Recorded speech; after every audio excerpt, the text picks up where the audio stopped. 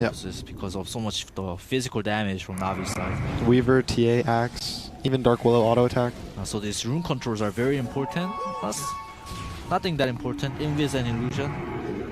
They just want a DD, Haste, Arcane. Those three runes are the big three in the late game.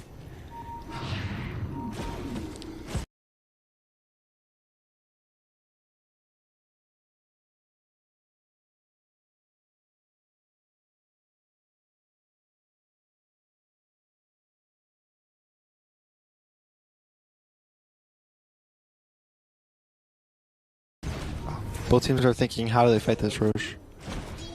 EG is trying to do it right now, but they do it very slow. Yeah. Alright, they know they're doing it though. They dropped the trap. They're gonna come try to contest potentially.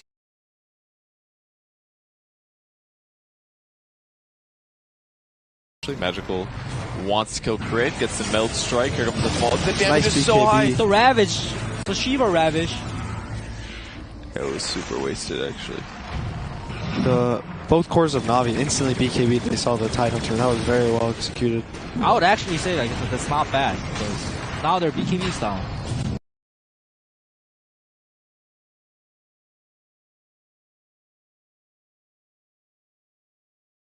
Tide has buyback.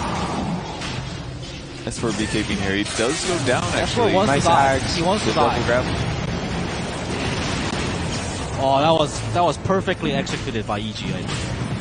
They're contesting, actually crystallized it in there.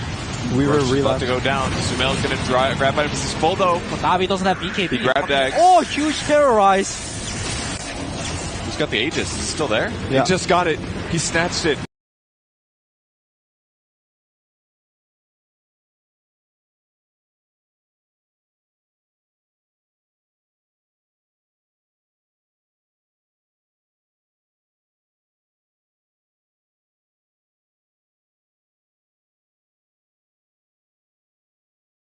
RTZ got it. RTZ got it. Lives through it. EG 200 IQ. Did you guys see that? Wow. What? Like plan with buybacks, BKBs. As soon as like they crit alone, I felt like Navi would have lost the team fight, upcoming team fight. Because no BKB, ET and Lina, they can go ham with their AoE stuns. They committed a lot to that fight. The Weaver bought back, and then he time-lapsed into the fight. He died because he didn't have ult. I think it was just a poor BKB uses. Poor used Ravage to force the two BKBs, and he knew he had buyback, so he just got baited and died, and bought back. EG late game outplaying a little bit maybe. Yeah, the experience definitely showing right here. Nice dodge. They gave the Axe to the Lina after the Roche fight. They did, yes. So he's now feeling pretty good about himself. He's more farm than S4. Good for him. The two runes that are up right now are Arcane and Haste, but I think EG can go for Megas, yeah. EG's feeling confident, especially with Aegis on Gyro. They know for sure they don't have buyback. Well, let's see if they can finish everything up. Yeah, it looks like he's buying Axe. Upgrade on Storm next. Was the cheese eaten in the Roche fight? Let's just destroy our spectator experience for a second. No, Axe does it. Okay. The old phase blade mill blink BKB Axe. It's poor ring of health. Bought it so early, it just doesn't do anything all game. The BKB is really smart because of the two Yules, I think, on Radiant. The Lina and the Storm. So he now, you know, can force people to actually have to hit him. He won't get Yules in the air. And have 50 minutes. So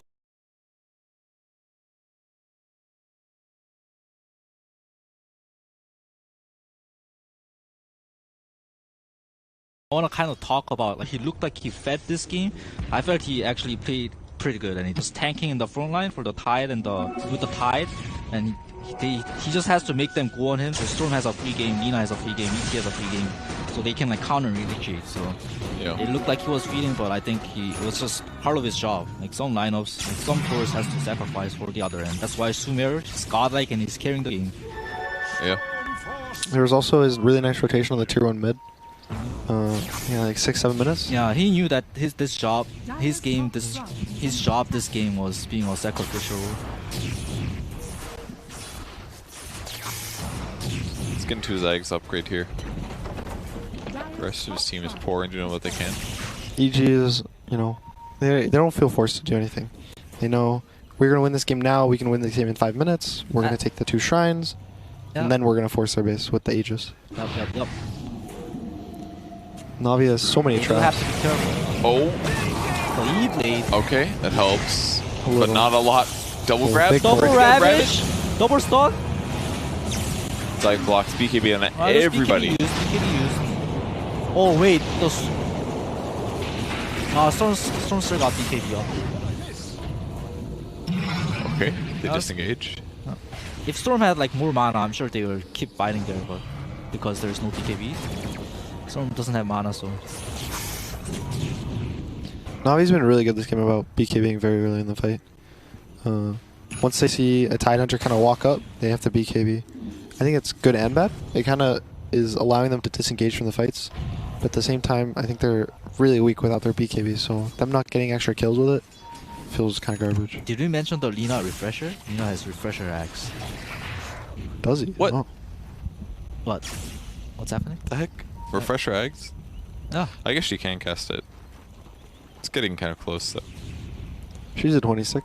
It's Saved up. actually very close to not being enough. 680 times 2 is like 1360 plus 375. So it's like You can stun 1750 a couple extra gold. times. Yeah. It's not much, you know? Like, I guess he's got a wand, but I mean, he doesn't have to like chain to it. You know what I mean? He can like wait like a I few guess, seconds, yeah, and it's gonna be back up because of his awesome mana regen. it's a lot of damage. That's like 2,100 total HP. Do you think EG is scared to keep forcing high ground I without think the Ravage? so. Like they have to respect Navi's burst ability. They still have it's still no saves against Axe, Yeah. like we saw. I'm sure they respect it. I mean, Jaro's really farmed and he's still dying. Maybe The, if Artesia had Satanic, like he would be more comfortable going high ground. But since Yeah, he that's doesn't- true, actually. It's a little bit interesting. The TA is going for Divine Rapier. He has it queued up. I think it's the right choice. It's really hard for them to, I think, just win the game straight up at this point without going some crazy item. Yeah, when you're behind, you want to go big. I'm sure you learned it from Eternal Envy, being on a team with him a few Yeah. times. He's a big fan of rapiers. It turns a lot of the item I think is sometimes underused. You can turn a game that is kind of close into being over. You know, you okay. force a high ground with the rapier and an Aegis. It was really popular like a few years ago on Mhm. Gyro for that purpose. Like even when the game is even, you just go rapier and then bam. That's just so I know Miracle also has bought it a couple times recently. There was one example. He was a TB and he had Aegis and he bought a rapier and he ended the game. Yeah, the good old Aegis rapier combo. So I think that if they're gonna win, that's their best shot at winning. But I don't know if he's gonna be able to actually do it with the rapier, like hit people, and there's so much stuff on EG that just stops him. It's really scary, too, if Jaro's able to pick it up. It's like, already having Ags, like a... Navi going to the might other side is over. Navi might do a smoke play at 55 minutes. They might want to look at the timing where they're kind of split up. Because I feel like if they just keep playing like this, they're just going to get choked out. They're going to get 4 bounty runes, DDs, bounties. You know, the Roche is going to spawn, so they will want to look to do something. He went global cooldown again. I think it helps them push the lanes. They can stay top, and even if there's a hero bot on Navi trying to push the lane out, it still gives them kind of like a ghost push on the lane. True. I usually like it, but I don't agree on this case because they have mega creeps. They don't need to fix the lanes, you know. Normally, I love that talent, the global cooldown, to fix lanes. Really? Huh. Alright, so 55-minute runes. It looks like nothing's gonna happen. So what are they waiting for? Aegis to... Yeah, for EG side, Aegis, for Navi side, I don't know, I feel like they have to do something, you know? They can't just sit still until the Aegis is up. Roche is up. I think they are, because I don't think they care about the bounty runes. They just want to make sure that once Roche is like closer to being alive, that then it's time to leave the space. Because if they smoke there and they win the fight, then they don't guarantee Roche. But if they wait like a minute or two and then they smoke out and go look for the enemy team and win a fight, then they can take Aegis. Oh, My reasoning, like that used to be my one of my moves. My reasoning is when you're behind and you go for those like bounty rune smokes, they're gonna be separate because they're gonna be leading. Yeah, they're gonna be kind of greedy and like kind of be separate. They're not gonna be like 5-manning to like bottom bounty runes, top bounty runes. They're gonna need you so much, right? So that was my reasoning. His damage is pretty good right now. EG's gonna probably... They might wait for the next stages. They have Ravage up, but it doesn't look like they feel the need to force them out. They're just choking them out the map. Kind of feel like if this was like a game 1 and they're feeling more confident, they just go high ground. They're like so ahead. You have like buybacks and everybody. Yeah. 24k gold advantage. But today, like EG hasn't had a very good day. They want to like play it safe, you know. Makes sense. They want to like secure the win rather than. They don't need to win the game now, you know. The Ashakaya late game. Nullifier Orchid combo too. The mini Doom build. As OD Pixel calls it, the Son of Doom. Really? Son of Doom? Yeah, I don't know why, but it's like a Doom. yeah, very similar. Can be better if you have a Bloodthorn. That's a good point. It also slows with every hit. Also a good point. Just a lot of ways better, except for the fact it costs you money. Rapier time. And it's also a projectile. He's almost gonna have 10k. He's gonna reach 10k on Magic Board. He's got surplus to buy it. Just gotta push the lanes out. He doesn't want to get caught. Sumo could zip in at any time. It's dangerous. Alright, they're smoking out. Instant Keyblade. Oh my god, I don't even think it helps. That's a nullifier. Just nullify the gyro bomb back. Nice jump on Dark jump on Willow. the back line. Dark Willow buys back instantly too. Weaver has buyback too. He went down, but he has buyback. It's really good. Instant reaction by Elder Titan. Stomping the 3 heroes just guarantees that fight. Roshi is gonna be up too with a DD. And we're still dead hero. Yeah, the Weaver's not gonna buy. Like, if he buys, they now have to all leave the base, try to fight this Roche. So far away, no one else on his team can buy and fight. So they have to give it this Roche. I feel like that should refresher. be the play though. That they should buy back and just fight there. They're gonna just... It's like the Aegis Gyro is just gonna hit this tower and the Axe isn't gonna wanna jump on the Aegis target. Gets the eggs. The Tidehunter probably? It's definitely very good on the fight. I thought maybe they'd give it to ET. Yeah, me too. From the way he moved. They did change the ET in the last patch.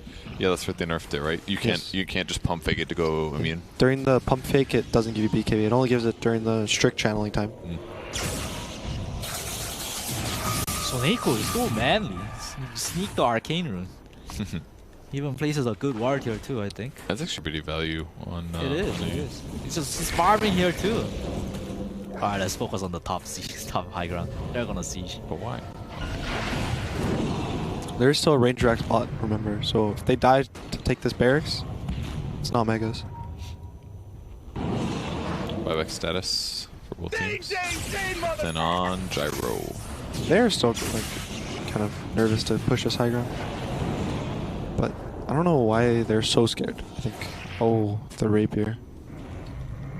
It's here. No boots. Oh, okay. That's some damage. This can be the way that Navi wins from here. That's insane, dude. Yeah, if they somehow kill RTG twice, He has no buy. yeah, he doesn't have buyback, so that is their win condition. And Easy realizes maybe that's why they're being safe. Yeah, just getting the 60-minute runes. The power runes are very important. Maybe they're gonna go with the power runes.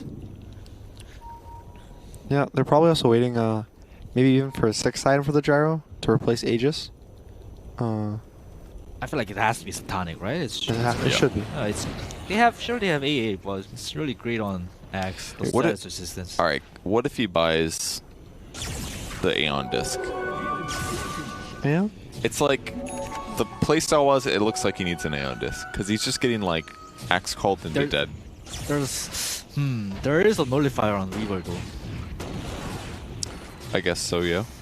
And it doesn't dispel taunt. Stun, yeah. Well, I feel like it's not bad. Like it's like you and I, my idea, like it's the same. We're just speaking different languages.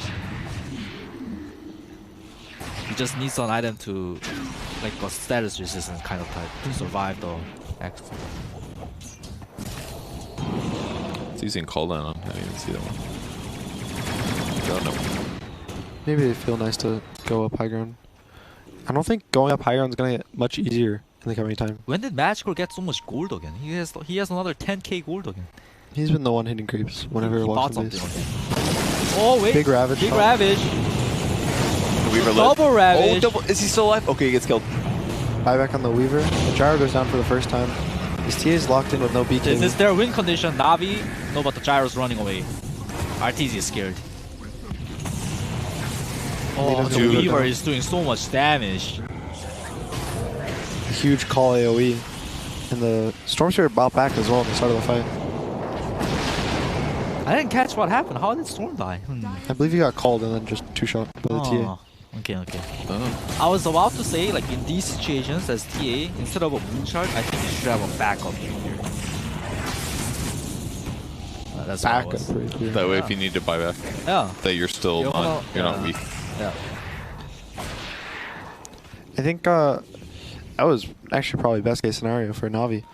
The Storm gave them a win condition as well with his buyback. They catch the Storm. I think they can just force mid. They have no instant jumps besides Time Hunter. Tide has no BKBs too, or no Ravages too, so they can't happen again. It's true.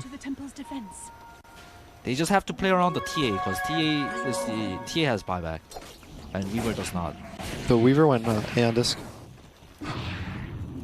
So he's cosplaying Gyro right now.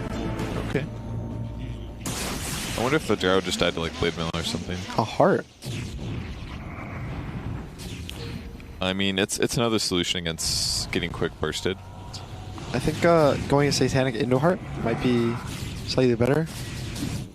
The Heart is interesting because I don't know how much it takes him up compared to a Satanic. Oh, he's listening to Purge. It's like a third. He's listening to Purge. He's getting Iron Disc. You watch. No, he's listening to me. He's getting Satanic. Oh god, he doesn't know. Did he? At least he kind of thought of you. I think Satanic's doesn't know. pretty good though, because it's the best of both worlds. It's literally half of the. It's in between the two items. I you mean, know? Iron is super safe, but I think that's like too This item, Yeah. not manly. it reduces call duration, it reduces Ice Blast duration, And you have the Reduces- E-Blade to help you out. So it reduces Hex, you Bash. gotta, yeah, you gotta trust crit. Yeah. Without the E-Blade, I agree on the Iron Disc, but because of the E-Blade, I think you can trust crit. It's Aeon Disc. What did I say? Ion Disc. Oh, I'm so As an sorry. ION. You know. Aeon okay, it's Disc. okay. Okay. Huge difference. Get your nerd terms right, man. Aeon Disc. Sorry. No, it's okay. So Weaver has no buy now. Nor does Storm. So, a big jump on top. Oh, he's just dying. Tide just dead. Tide has buyback with Ravage up. No BKB on Magical. This is gonna be a bad fight. Hex on Storm, but a perfect stun at the same time. Ravage is here too. Oh, the big pulse him in. pull. Rapier on the ground. Crystallized running for his life.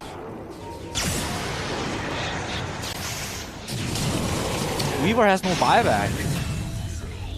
Oh, Does the Gyro get the or the Rapier? Yes. He does. this is how you high ground, by not going high ground. Force them to start a fight. EG experience showing again.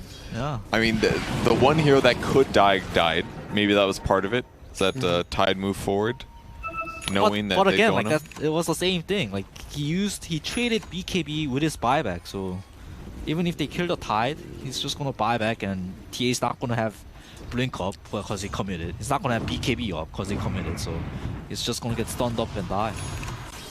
But and now look at TA's items. He's got refresher. He's got no damage now. They have no damage. He refreshes BKB, I guess. Meld Strike. Yeah. That's why you need a backup Rapier. Oh, this smoke.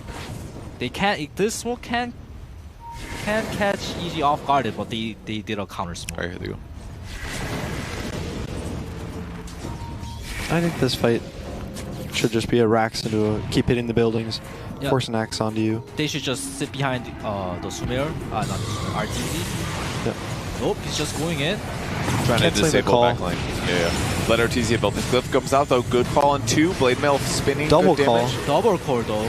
The follow up hits perfect timing, and now S4 is gonna die as well. Sumer I die think. back. They have no Tide die buybacks. back. Okay. The Rex. Save- What? Oh no! Oh, it doesn't come out. Rapier on the ground. Gyro does have buyback though. Oh no. Lina has no buy either. Oh wait, Fly's got the so drop. close. Fly got that Rax. Both? Oh. Only the melee. He only got the melee, but at least he got the Rax. But this is a really bad timing. Look at 3 heroes on EG, no buybacks. There's only one buyback in this whole game, and it's the Axe. Oh, I felt like they should have just kind of set behind the gyro. Because like, Tide had no Ravage. If Tide had Ravage, sure, that looked like a good play. But I think they were worried about him dying because he didn't have he didn't have Satanic yet, so they were still worried about like everybody on Navi being alive. He would have got an Axe called, possibly bursted. So instead, what Storm did was he hit backline, was trying to mess with them, prevent them from discussing or messing with the gyro. But the problem was they had Glyph, so they Glyph for 5 seconds. Sumail did that stuff, but it just wasn't enough. And then Blizzy got the 2-man call on, who was it, Tide +1? Storm. yeah, that refresher Storm? from Blizzy, Wow. that was super clutch too. Yeah. That was 6.4 seconds seconds to disable. No wonder. And, you know, they all just died. I think Navi knows. That's why Dark Widow bought back. They wanna Navi go wants all to end the game. in. What is that line being drawn? Is that from Crit? No, that's from Crit.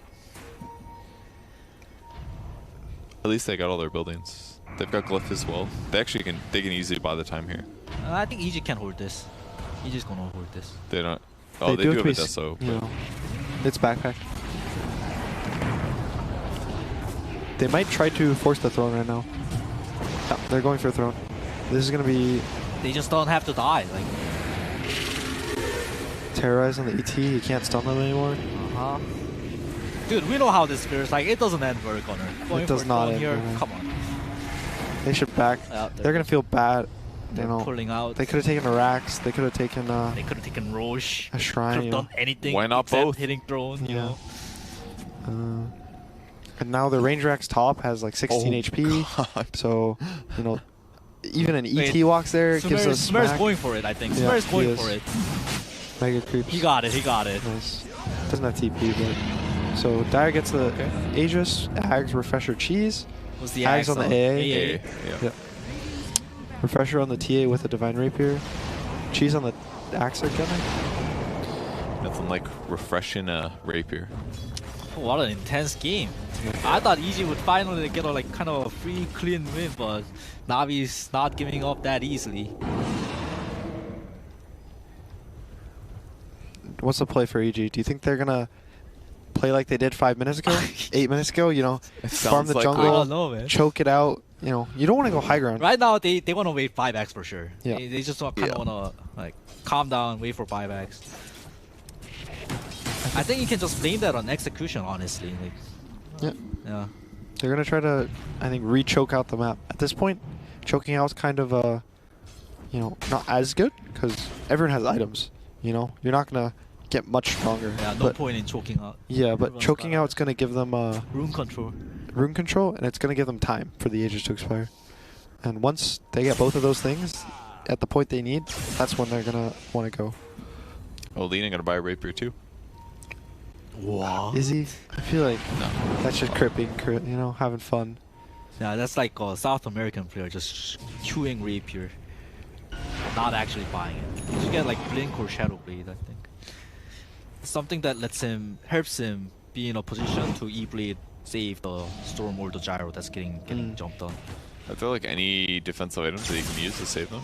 I don't think there are really. It's like E-Blade's the only one these days. And Yules, but like yeah, maybe a solar could be decent, but they have a solar already, I think, because of the Tide Hunter.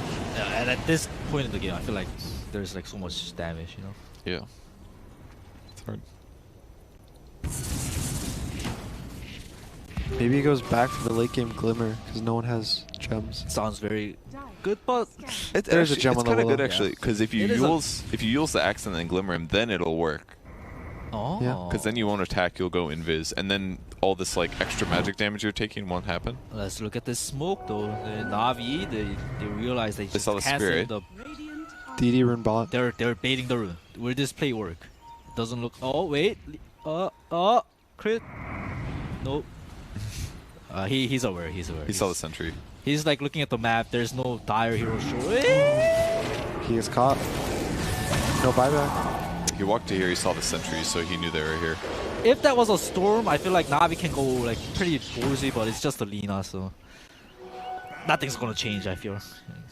Is his buyback cooldown? Or is it gold? It should be cooldown. Yeah, it's 1 Cooldown. minute Yeah, cooldown. 1 minute. If they get this tied, that's actually really big. He doesn't have buy for a minute either. The He's gonna dire play heroes safe. are so far BK away. Yeah, but forcing out a BKB, now they really can't fight until this lane is up. This game, I think, probably is going to go to the next Roche. Neither team's going to feel super confident. Anytime there's a Rapier in the field, you will only feel confident when you have the Aegis. And when you're in the position where you're Mega'd and you have a Rapier and you have Aegis, it's hard to push out and then to force something. And the other team doesn't want to go into you without an Aegis. So it's a lot of back and forth waiting for this perfect opportunity where the map is like good for you. So what's it like being in these like super late game, crazy game situations where weird stuff happens, where it's like pub game, like you guys have encountered stuff like this in pub games, but it's like so uncommon that like what's it like playing it? I mean, in pub games, it's all about like being one and like making sure like 5 people are at one page, not doing something stupid. And in CM and like in scrims and tournaments, I think it's about being focused, jumping the correct targets, not using like BKB, like using BKB properly. It's all about using BKBs because everyone has buybacks. So you want to like bait people and then into using BKB, and then you die and you buy back, and now they don't have BKB. So even if they buy back, they're not that strong. It's also a lot of you have to keep playing to win. As you can see, Na'Vi, they're playing to win, right? They're the Axe teaming bot, pushing out bot by himself. They're farming the waves out all the way to the river. They're farming the jungles. They're not sitting their base, you know, pulling creeps into the fountain. Not a lot of teams like knew how to do that, but like I feel like these days every team does that. Yep. Playing to win. A lot of teams would, even when they would get like 2 racks and they're defending their 3rd racks, they wouldn't leave their base. But now a lot of teams are better about trying to take every opportunity they can and get the win instead of taking I think low it's risk. thanks to the Kairos voice line. Like whoever said, "That's playing to win, baby." That's Kyle. Yeah.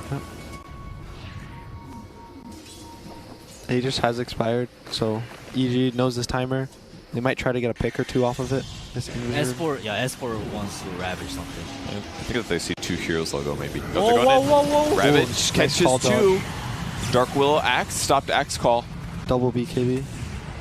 They do have 3 BKBs on this Axe with the Refresher Shard and Orb. Wow, the caliber of these teams are so. Did you see like the Na'Vi expected the EG to jump, and the EG expected Na'Vi to expect the EG to expect it. Did you know what I mean? No, I'm confused. They Do you want to explain it expected again? the expected of being the expected. One more time. Yes. Yes. Gunner got it. So It's my team. the Storm jumped in and he jumped back and then to the right. So he dodges the Axe call Gotcha. and kind of forces them to double BKB because they don't want him to like re-engage again. At this point in the game, he has a lot of mana. He, you know, it's fine. You know, in the earlier stages of the game, when he jump in, he jump out, they'd have to fully disengage.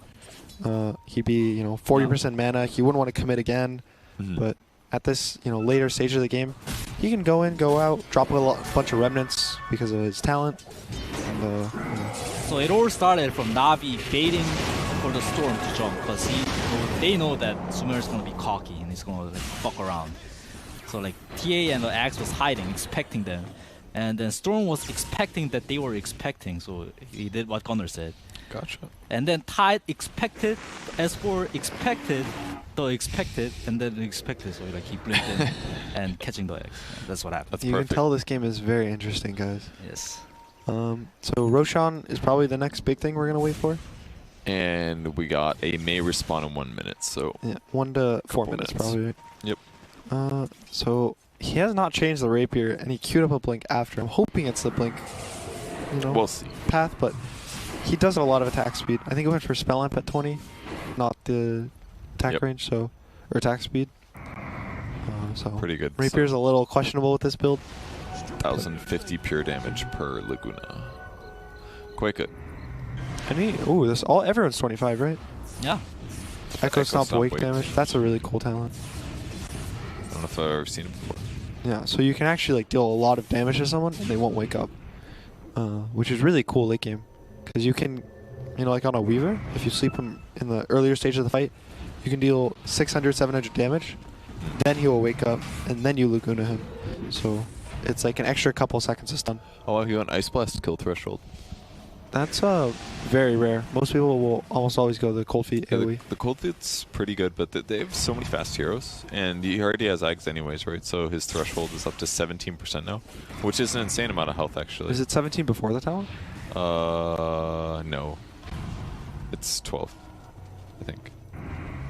It's like 10, 11, 12, I think, scaling. So it goes up to 17 threshold and 17 duration with Ags. Okay. The Axe has 3 cores next fight. Watch out for Axe. He's gonna make some huge plays next fight. He went call AoE, right? Yes. Yep. It's been really good. He's been catching Oh, look people. at this. They didn't grab. He uses Dark Shadow, whatever. Oh, the Rabbit on top. The baiting. They call him. So Is he Axe gonna kill? has another core. Axe core on the Storm. He got him. He got him. But He Storm bought bought back right away. His They're boots of trying- travel. RTZ running for his life here. Does get caught by Bramble. But it looks like Navi's heroes, they're not in ready. They're not in position. Shoot side gunner, damn it. Doesn't shoot the pugs. What did I do? Huh? Side gunner? Why does it, that's what it's called, you know? Oh, Side gun. Why wouldn't it shoot the bugs? It's there's nothing around. that is true. That is true. I guess you can't shoot it if it's on your cannon, you know? It's crawling over Yeah. the can't shoot So yourself. Sumail bought back again. You know, this is another one of those things where he kind of opened a win condition. I think at the same time, if Navi kept committing, that's a really good buyback. This is the issue. He's queuing up. He needed a hard disable because he's like He sold. What did he sell? Nullfire. Correct? Yeah, I think so. Because he's basically jumping it, but he's having trouble getting the catch. He's trying to get in melee range, use Vortex, but They have all a the lot of- heroes can react. They can press BKB and stuff, but Hex the cast range while you're balling in, you're not gonna be able to stop it majority of the time. I think the fight has to happen with Gyrocopter RTZ getting caught. Like Sumeru can't jump first. Why does it have to be him? Just because Because of the he can thing turn that yeah, it's not a like Gyro's not gonna do that. So how they win? So how EG wins team fight is bait their BKBs and just play around the non-BKBs. RTZ is not the carry of the EG right now. I feel like it's ET, Lina, Storm, the magical damages. Which talent did Tide get at 25? damage. Yeah, everyone gets Long the damage, time right? ago. Yeah. Okay. I mean, they see TA here. They could potentially go on him, but the There rest is no of their Ravage. teams are all nearby. There's no Ravage.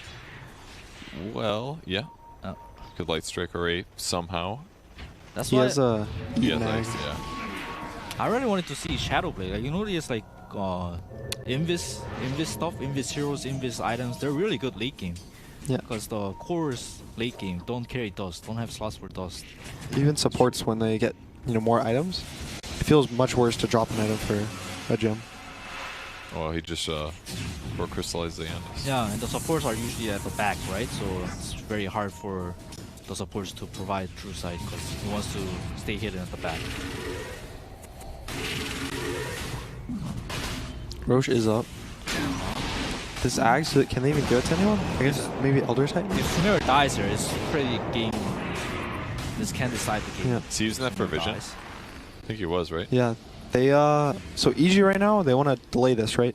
They want to sit out of it and like keep them, thinking about Roche, but not committing to it. And that's because the Mega Creeps are going to start pushing in slowly. I don't know how this happened, but TA doesn't have a travel TP. This can be big. If he dies here, he doesn't have. He can just drop a trap and TP back. Oh, he does have. He does have Axe. I'm sorry. So he doesn't have to be too worried about it. The Axe is, I think, 30-second cooldown on the TP. So it's up fairly often. So Storm keeps pushing out the bot lane and then TPing to base, and then he's going to just probably have bots and be able to be back at this fight. Navi does have the superior Roche lineup, but the creeps are very bad, so. I mean, it's not like EG does it that slowly anyways, so. I think they do it pretty slowly. Like it's I not mean, that- they've got They have Solar Solar. Crest, they have 250 Axe damage. Gush with -5. That's actually a lot of minus armor. Gyro's the damage monster at this point. And that's quick. This Axe is kind of useless, right? On the ET, I think it's just disarm, or is it it's the BKB now, right? Yeah, but nobody it's a else BKB. can get it. Yeah. So you're gonna give it to him. Refresher for your Tide again. Navi really wants to contest this. The TA is at his base pushing it out, but again he has a trap that he can probably DP to. Navi has to be kind of careful with clumping up like this. You see the A Dark Willow Weaver position? They're too clumped up together. But it's difficult to go on the high ground. I guess they have to worry about Ravage. They can just like, they know where they are, so they can like blindly go. Oh, they're going the Axe core. The refresher on Axe. Ortiz alive. Oh, but he's got the Ice Blast on him though. He can't heal. Satanic's What's wasted. happening? Navi's BKBs are getting kited. This is really bad for Navi. Storm realizes and he jumps in with BKB. Navi's losing their Pretty base good to Mega Creeps. Not yet, not yet. Dark Willow looks like he's about to go down. He has no buy. He does have no buy, and now it's a kind of Their a throne's getting killed. for EG. They're gonna defend it, but That was so much damage actually. And that gives EG easy Roshan. that was really clutch by Crit. He E-bladed the gyro, and the gyro's that's why he BKB, lived. the gyro BKB doesn't purge an ally's E-blade on you. Oh really? So he was Okay. E-bladed and BKB'd, so he took no damage at all, and he was able to back off. The Ice Blast was short There's cooldown. the Hex. He knows that there's no BKB. Oh, the Oh, Ravage. good Ravage. Oh, the Ravage. The pull. Is this it? No buybacks coming. They're hitting it. They're hitting it. But the glyph is there. Glyph is there. Weaver's down. I think the throne's just gonna explode. No, they have to. They didn't win yet. They're sitting back. There's a Hex on Gyrocopter, but Satanic kicking in. They should focus killing heroes, not the throne. BKB comes out at the perfect time for TA. He's gonna Oh, BKB hit RTZ it. is just running in. But I think that's gonna be. It's gonna be the close. core. The call. Yeah. The big Pulls him in pull again. again. The Lina Sun to get Oh. it. Alright. The flies right clicks. EG gets a win on the board here.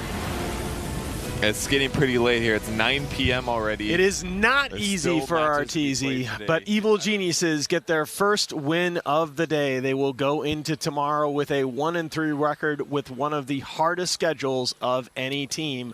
We're going to check out very briefly all four of our games here as Stream D is just wrapping up. Alliance and Chaos are into the second game of their series, with Chaos having taken the first in a comeback. But for now, we are going to throw you over to Liquid versus Secret, where Weeha is on his Meepo for the second time today. Oh, man. Actually pretty important. Yeah, Aftershock? You're right. Yeah.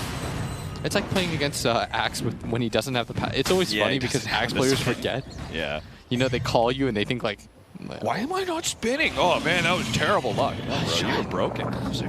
18 hits, 0 spins. All right, okay, game.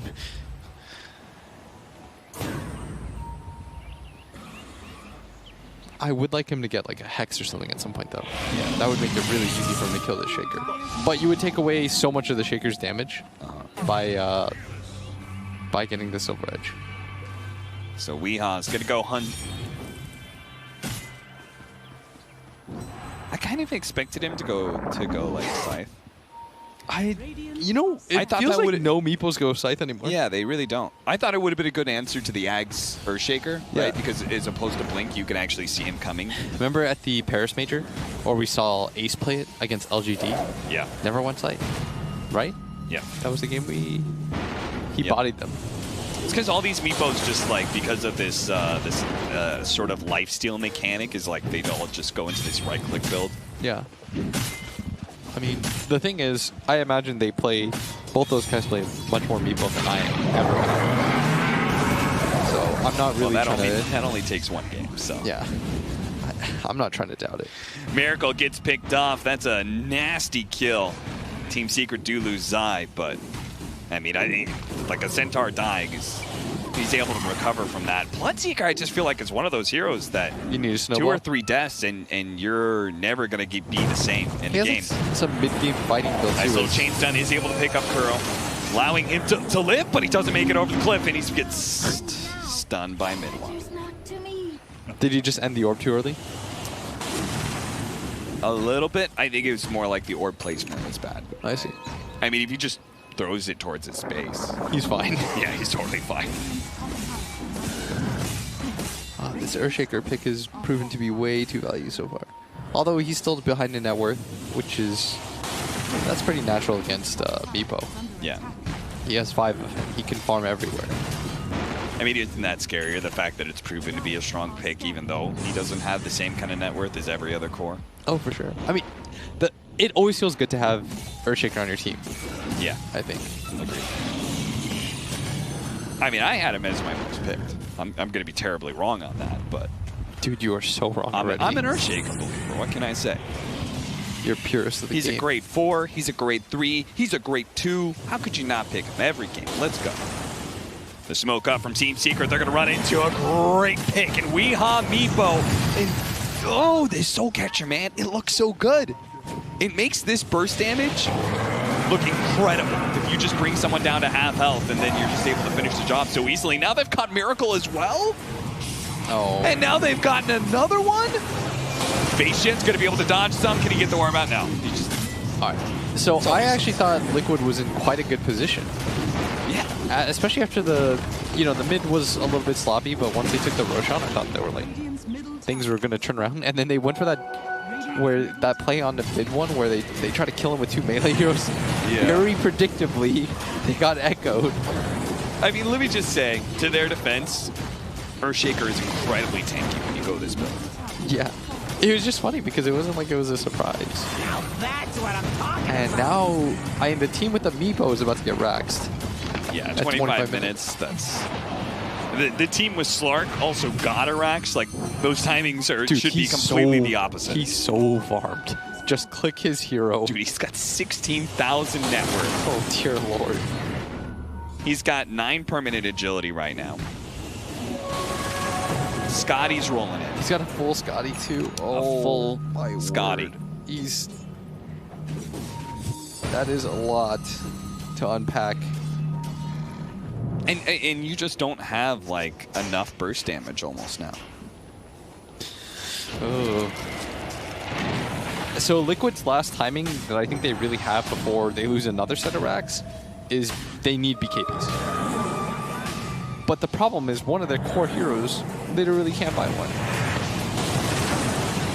Okay, here we go. GH is bought back. They're going to go in. But Weehaw trying to go in. They do have the Heavenly Grace onto him, as well as the heal coming out from mind control. So that one Meepo is going to be able to retreat. But Kuro, the coil is there, yes, but they can't actually force Secret to do anything there. They hold him there, but it doesn't result in anything. And mind control, who is so heavily committed to saving Weehaw, gets that one Meepo out, but he can't save himself.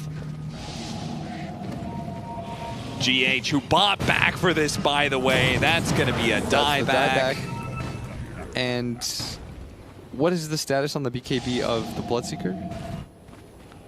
Okay, he's pretty close, but I will say this is the ultimate like fatal flaw of Meepo in the sense that like normal cores you have a timing to look forward to where like you get this BKB and you're suddenly back to being boss. Yeah, he doesn't have that. He doesn't have that. He sees 8 stunts and he's like, ugh. So he pretty much has to hit his timing. Oh. Be dominant. Arrow. Dude, I'm telling you, this Soul Catcher with Earthshaker looks so sick nasty. Like, who doesn't die to that? No matter how tanky you are, when 50% of your HP goes out the window, the Earthshaker's going to finish the job. This is looking rough. This is looking real rough. I mean, if you said Team Liquid's going to go one way or the other, they're either going to be a top 4 team or a bottom 4 team. I mean, right now, it's looking like bottom 4, but it's just day 1. Yeah, it's hard to say also because if Secret is the metric which you're measuring other teams right now, like this team hasn't lost a game. You know what? That's always surprising. I always feel like teams like that are always like destined to fail almost. Yeah.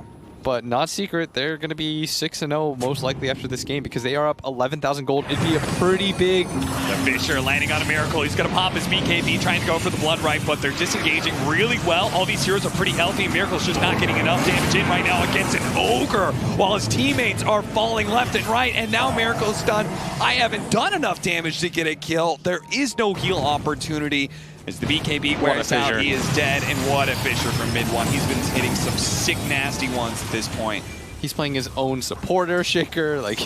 Yeah, and we are okay. Oh, they can't even kill Puppy? Kind of diving in. 1v is going to be able to save here. They do have the snowball as well, potentially to be able to pick him back up in mid 1 with his BKB. They'll just focus on the other Meepo, take GH last, finish it up with Kuro. This is looking like a repeat of game 1, and it is a victory in under 30 minutes by Team Secret. We hyped this up as, you know, the TI7 champs. Dude, Second place at the most recent major against the top DPC team, and Team Secret have proven why Team they Secret, were the two-time major champions and DPC points leaders, look every bit of their dominating form here at the first day of TI9. They are 6-0 after 1 day of play, undefeated going into day 2. We're going to take you over quickly here to our C stream, where 2 European rivals are facing off. Chaos took the first game in this best-of-2 set against Alliance. Alliance trying to even up the series. Kids is a pretty good game. Not as good as Tigers, though, I suppose. 4-0-1. No, but I feel like the team right now for Chaos is kind of playing better together. I don't know. I'm liking the moves that they're making. It feels like that rotation specifically of like the PA up top to give her a little bit of space and then take over the rest of the side. It does look like also PA going for the Battle Fury this game. Another one of these, eh? Yeah. I'd like to see Insania with some more stacks, too. I think he's been doing a couple, it looks like, for the Storm. But, yeah, there we go. We got a small camp going from Tiger. Just as much as they can. Try and help out Koikva. Because, I mean, he's not, like, far behind or anything, but he's a Storm. You really want him snowballing as hard as possible, so... Give that man a little bit of extra time. Yeah, he's the second highest net worth in the game, but like you said, want to be pretty far ahead so you can get those solo kills. Misery just went from 3 to level 6, though. Got some space in the bottom lane with the wave coming through. And that means he's ready to smoke and go for some ganks if he wants. Puts the Observer and Sentry down in a very defensive spot there. Doesn't catch that dire Observer on either side. You got one that he just walked past on the right, and they've also rewarded on the left there by the tier 2. Not getting a lot of use out of these 2 wards. Yeah. I guess they were kind of there for when Faded was still farming at the bottom lane, but now he's just like rotating across the map, farming Ancients with Blur, which is quite the ability. It's a good one. And now he's going for the top rune, battling Koikva for it. And, well, they're both going to miss out. Oh, it's even a regen down bottom. That's pretty big. In a way, that might be better if Alliance can spot it. If he hit his tier 1, he probably could have went for that as Koikva, but with that missing, he can't like cross that boundary. Now they're feeling a little trapped up here for Alliance. It's true. Yeah, you've got so many heroes on this side of the map, and they'd love to be able to find that kill onto PA, but Faded just backs away. Now they're kind of going back and forth. Who do we want to gank? Where do we want to go? It is working for Boxy, though, because this is what he relies on when he plays this build. He just needs a ton of lane time. Oh, fear. Oh, he feared him. Good job. Pulls him back in. He's going to drop the CM ulti. Jeez. It's worth. Make sure he doesn't egg. Yeah. Man, Taiga is just... he got his hero. 5-0-1 on this Dark Willow. Highest of the supports by a good 600 gold or so. And wants that Yule is a fantastic item on the Dark Willow, offensively and defensively. With the Shadow Realm, too, it's very hard to kill the hero. Down bottom, Alliance, make the rotation, kill off Misery. Kill the Boxy, too. Keep it up. Halfway through those second set of components for the eggs. It feels very much like this is Alliance getting their feet back under them a little bit. Like, they're making really solid moves again. Not that they weren't in the last game by any stretch of the imagination, but... Well... there were some questionable ones. Yeah, they definitely made some mistakes. Oh, good dodge back. Insania keeping him alive. The Echo Slam, but not going to be enough, although they do jump in with a couple more. The Egg's starting to drop down low, but they get the Spirits off quick, but can't hit it. The stun is going to connect. He's out of mana now. Earthshaker under fire. They don't manage to find the Spear, though. And, well, Milan still trying to take down Taiga, but couldn't get the kill. Misery. What? Misery tipped Kezu. I think because he missed the Spear. All right, they take down. Hey, how about Taiga, a 6x streak for your Phoenix? That's pretty huge. Yeah, that's great. 546 gold. Yeah, that's 900. He got 939 gold. Oh my god, what? He's actually 1,000 gold. Did he just get a Midas? He just remember just talking about how like that Dark Willow is like by far the highest support now. They're even. He's like even.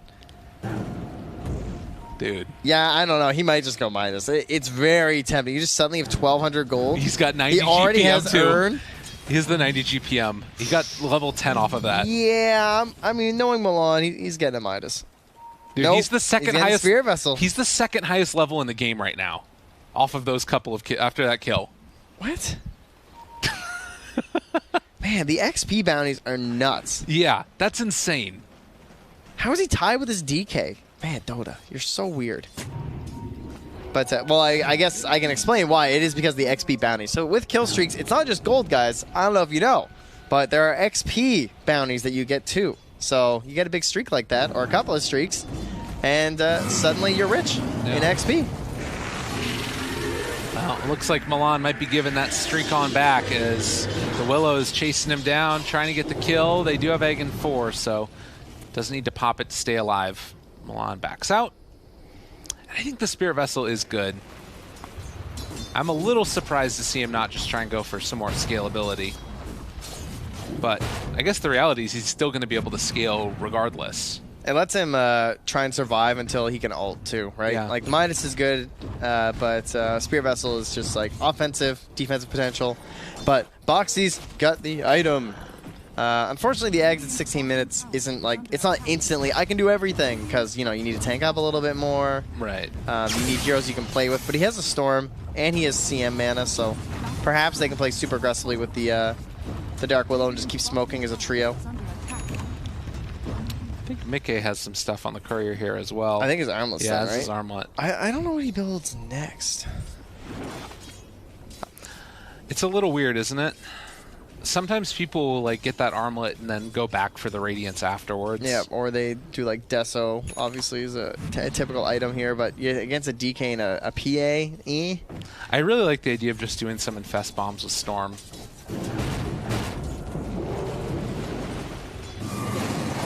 Alright, Milan's out of here. He's going up and now out. See you later. Leaving on a jet plane. Alright, Matumba Man, level 13. After the early trade of farm, he's now been able to sit top of net worth with his Midas. We saw this exact same maneuver last game. Yeah. It was it was just a Sand King as Kezu. We had the DK, and then we had a Silencer.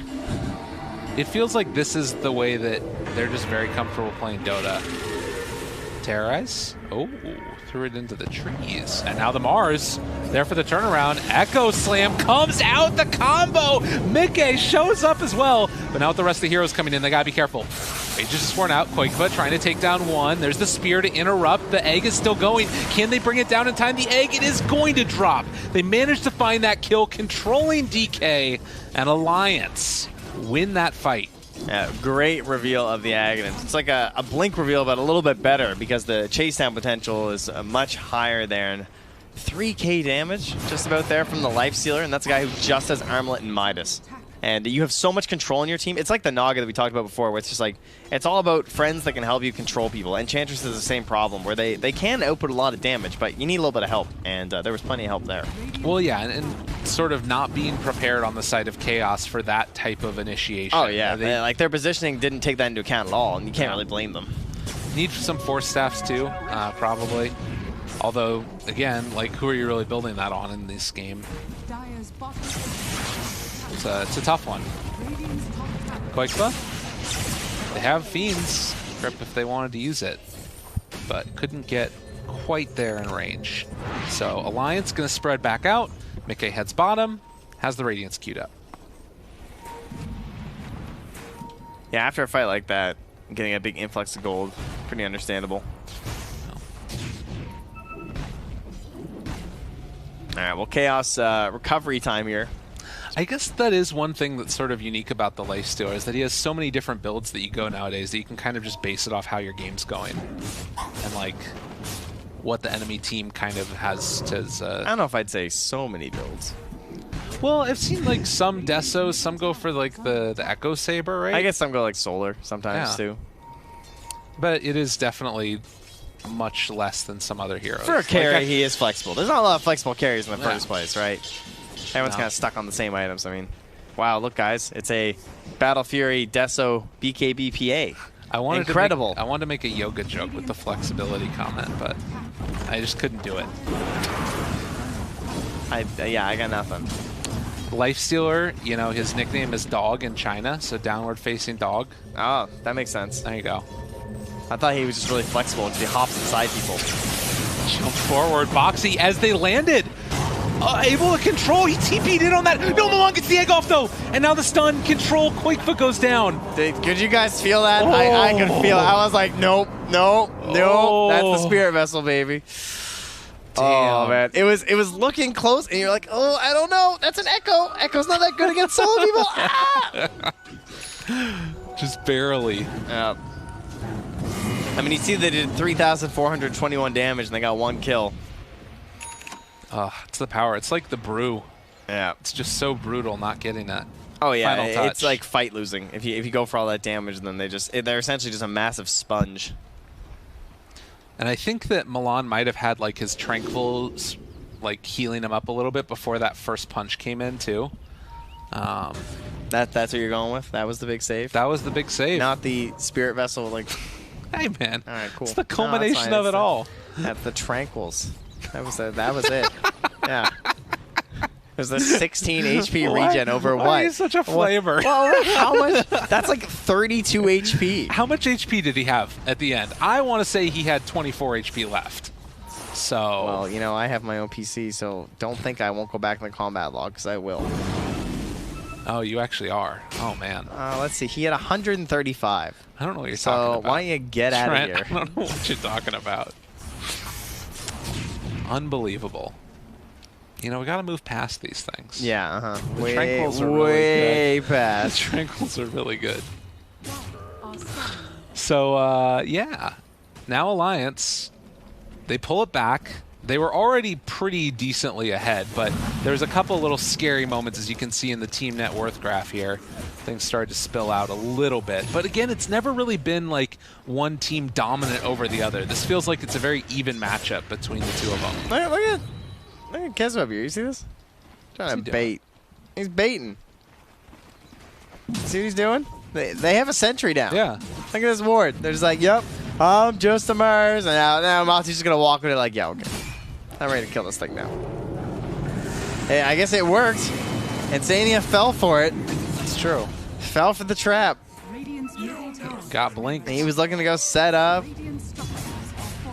This is really a scary timing from Chaos, actually, though. If they can get this Roche. Oh, yeah. Yeah, this is the money right here. This is the Ame queues up the rapier time. After BKB, probably. He gets the Aegis earlier, though, you see. Oh, that's true. Yeah. Fair enough. Quakefa? They have an idea. They know. Look at that line on the map right now. Yeah. They're just like, yep, we're taking this. Faded's like, I'm going bottom. Come and meet me. I'll see you there. Just going to go push.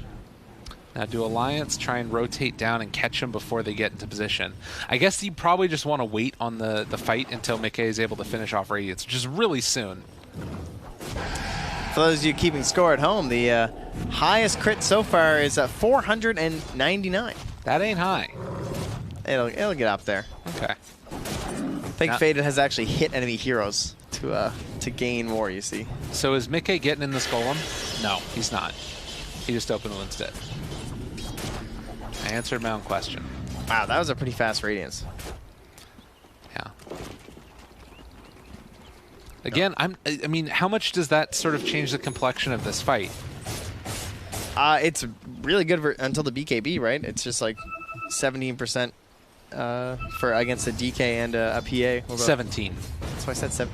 I said 7.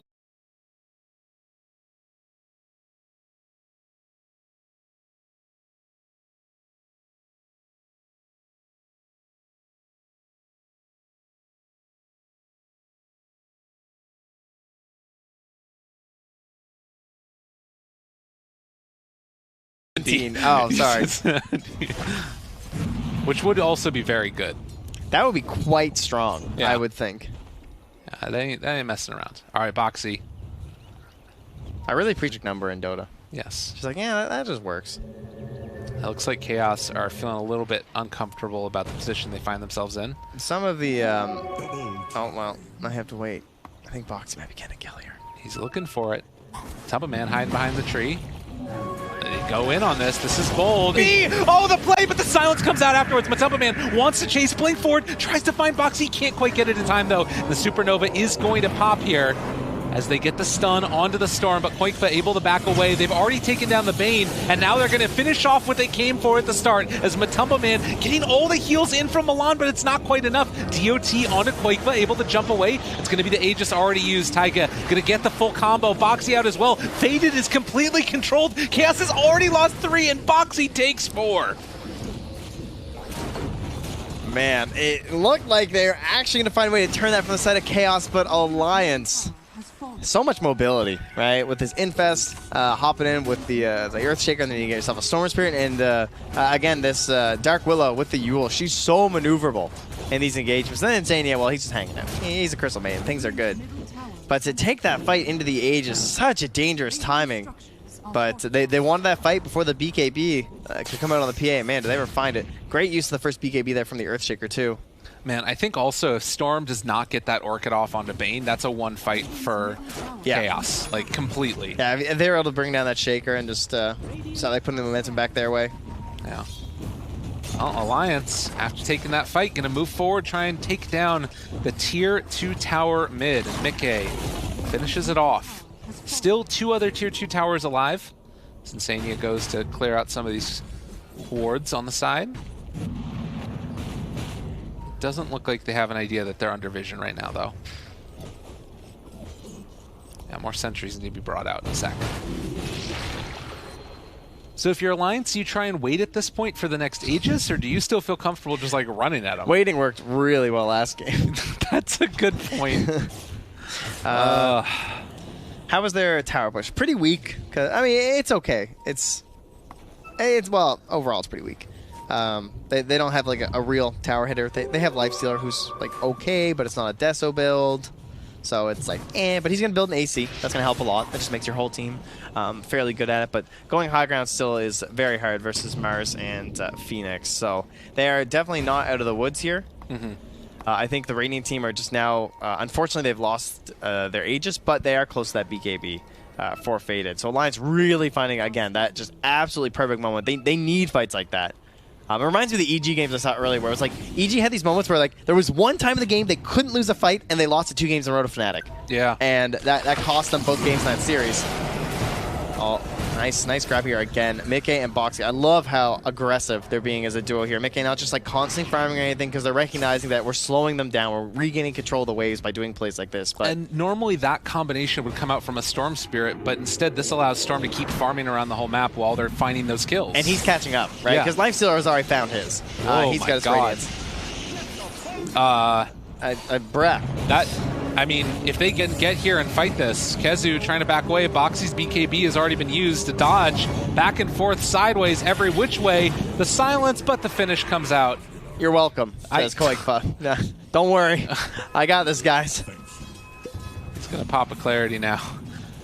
I can't believe you dove that whole way and just ended up with no mana. I was looking, I was like, that's not an Arcane Rune. Yeah. He's got a Crystal Maiden, he's popping Clarities. It'll be back. I thought if Chaos went in and fought that, they might just be able to kill off the Storm with no mana. But they obviously didn't quite have vision of him at the first initiation point there. So DD Rune for Koikfa. And now a 5,000 gold lead. The Alliance definitely pulling ahead here. It's now Chaos' turn, though. Right? BKB on the PA. They have the Blink Dagger, too, on Matu. And he's not very close to the AC, so probably going to be time to make the rotation. Okay. It's BKB TP. Not great, but he lives. Playing it very safe. That's the thing that's so deadly about it with the Dark Willow there, is you can just like force out those BKBs. Because he can't afford to potentially be chain stunned by the Earthshaker.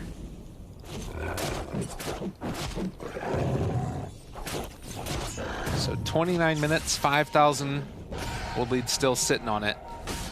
And it does kind of have that feeling like Alliance is going to farm up, wait for that next item, and most likely wait for the next Roche. They want the BKB on Storm, they want the Roche, and what's for Lifesteal? All right, Lifesteal's AC, and then Shaker decided that he can finish a Lotus, pretty much to go with all that. So help out from the Fire Spirits. And then from the Bane, of course, too. All right, slam jammed. Okay. There, Faded will take his dunk.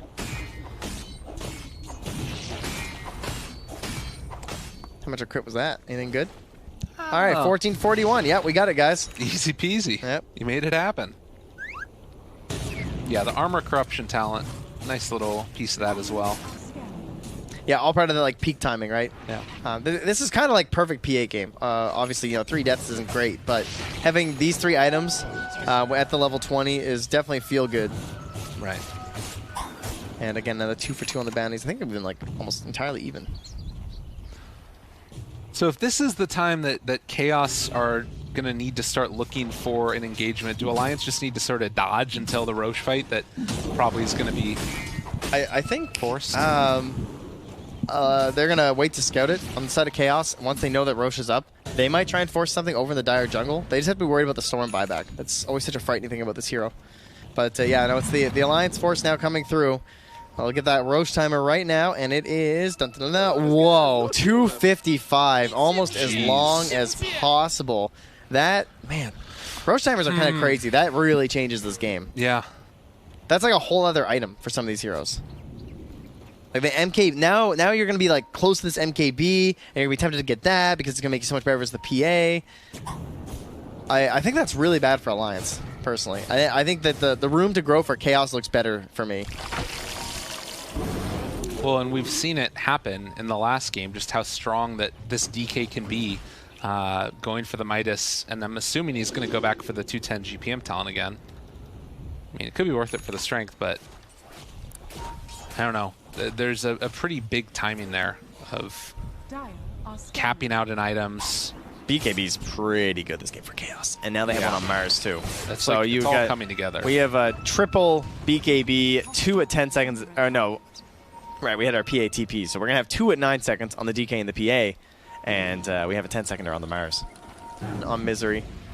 Okay, so you got to be careful. Matumba Man walks down and is going to back away. This is so tense for Alliance too. Like, everybody's just sitting on this side of the map ready to get the fight going. No because of scouts Roche. either, right? Like no one has a good way of looking in the pit, really. Yeah, but everybody knows that Roche is about, like, that it could be coming up. But since it's the longest timer, it makes things all weird. Bash, got the bash. Looking for it. Foxy jumps in. BKB already out. There's going to be the catch as they jump away. Oh, and terrorize. what a terrorize from so far away. That's huge. Taiga with the cast range talent. That thing is max range, and in we go. Tumble Man silence. Need to be able to save with the Nightmare. The pushback, though, on the Storm Spirit. They got him caught for the moment. Do they have enough damage? They're trying to bring him down. The stun is there forever. Quake goes the jump away. He has no mana at all. But Boxy able to turn it. He blows him up. The catch, the follow-up. Is it going to be enough for the kill to blink away? Can PA jump away? No. She gets taken down, dead, no buyback. By sheer will alone, Alliance are keeping themselves in this game. I feel like every time the setup for the fight looks really good for Chaos. Like he gets the bash on to the Earthshaker first, like force out this. Like then they get that Fiend's Grip and like, oh man, they're gonna get Boxy, and then perfectly helped like Taiga coming down from the mountains to save his friend. It's insane. Like Gandalf in the army, he made his call. The power of friendship. I tell ya. Alliance, making it happen. That range that they have, man, is just ridiculous. I mean, you saw it before, just the Earthshaker and the Lifestealer, but then the old classic, it may not be Alliance Na'Vi, but El Clasico returns with the Lifestealer bombs. I can't believe that Koikfo was able to live there, too. Like, he got away on nothing. He had no mana. Yeah, he was tanking it up for this fight. Jeez. A couple of, like, unsuccessful conversions here for... I mean, Kezu's 5-3-2. He's having a pretty good game. Fairly well off in this one, but... not able to really get the finishes there with this spear. It really feels like they're kind of lacking that damage. Just there's too much control, too much lockdown. Yeah, if Veda can't get on the same target. Yeah, it seems more like it's communication where they're not like stunning and targeting at the same time. Because it looks like they should be able to like focus on these heroes really quick with this PA. Yeah, you know. Well, a smoke up now. Chaos. Wanting to get everybody on the same page. And Faded walking up to high ground. He's away from the rest of his team. This wraparound here, this is a really weird Alliance position to walk in. Alliance fans are just like, I've been hurt before. And now he's away from everybody. Boxy jumps in, catches onto him. A good Nightmare save for the moment. The Terrorize, not that good. BKB out immediately. Kezu looking for a follow-up. He's able to catch onto one. This is onto the Dark Willow. The Yule Scepter keeps him alive, and now the jump into the backline. They find him. Great play there. They're going to turn onto the egg. This is not going to work. Alliance streaming forward and jumps away from Quakefa. For the moment, the Echo, it comes out controlled, killed yet again. Faded in the grave. Matumba Man down as well. And Boxy making it for his team. GG, it's over. They don't think they can do it. So Alliance will claim themselves their first victory of the group stage. Well needed and a great way to end the day for that team, giving you some better feelings heading in towards tomorrow, and they did it with some good Alliance salvages heroes. split against their EU rivals Chaos, 1-1 in this final series of the day for them. We're going to take you over here to the nightcap on the B stream as TNC have an early 6-1 lead over the Chinese favorites LGD. That bad to die to that tower there? He's not giving... Unless the Witch Doctor got XP. I don't think he did, though. He still seems pretty low if he did get that. No, X-Nova, no, not again. Dude, oh my goodness, the rock into the air, and there's another rock. He doesn't split it apart, though, and this will just be looking to be an easy kill, and it is. And right now it's 7-1 TNC. This is a team that just got 2-0'd by Mineski a little bit ago, and people were pretty surprised by them. They're looking good. Sick arrows. Yeah. Tim's is going in. I just don't think Mineski gave him Shen. Yeah. The four Mirana, though, I think so far has got to be our MVP. A member of every single kill. I believe an arrow is a part of every kill, with the exception of the Witch Doctor mid. The only downside is Gabby is still suffering bottom. Yeah, and getting right click pretty hard. There's 3 heroes rotation, and there it is. Counter, as they say. Necro just pops the ulti on top, and now they're going to run at this tower, and they do have Edict in about 10 seconds here. No Kyle blip. Said, they picked this hero that kind of like removes Bristle from the game. It's like Bristle wants to just tank through your abilities and live, and like there's always that like critical threshold that these tanky heroes hit, and Necro makes it so that threshold has to be way higher, because if you're at anywhere below like 40%, you're just dead. I love that they've continuously put FY on these like team fight high magic damage cores that often offer tower pressure as well. I've seen like Phoenix, now the Lesh, Jakiro in the first game of his tournament. I think they complement his playstyle and the meta. Tim's is just running at Ame in the jungle, by the way. You just have like a support Mirage. Oh, is she dead? Tries to get the split. They will miss that. Armel will be here, though. Is going to try to split. Ame get it run away, but it won't matter. Goes down now. Somnus is here as well. Going to be tough to kill that. Chalice.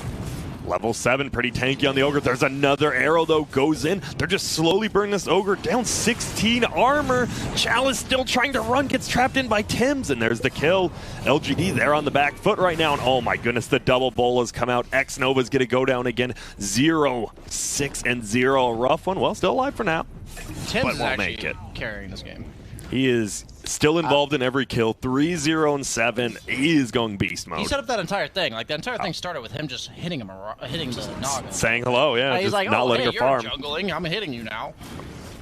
And I love watching him play this. So this is, when you're Radiant with an edge, this is what you want to do. Like, Bristle bottom, he's perfectly fine. No assistance required. Just play enemy jungle. Get aggressive. Poke. We saw this in the game that Luigi lost, but when Arteezy was just, smacking the offlane in the face, eventually you secure yourself some space. Yep, and Bristle, as I said, he functions with levels. What is that code? Oh, over here. All right. 4-man gank with, like, basically Cask into Ogre stun into Necro ulti, so he was just perma-stunned. Yeah. A lot of investment for the 4-position Mirana, but he has a lot of impact in this game. There's a full Vlad's no boots on Shen, by the way. Just straight up picks up the Vlads.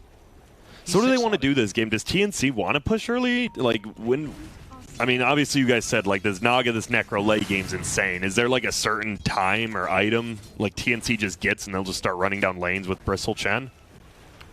Yeah, it's like honestly, these are, like, weird timings, because until Earthshaker Blink, you can't really force anything, I feel like. No.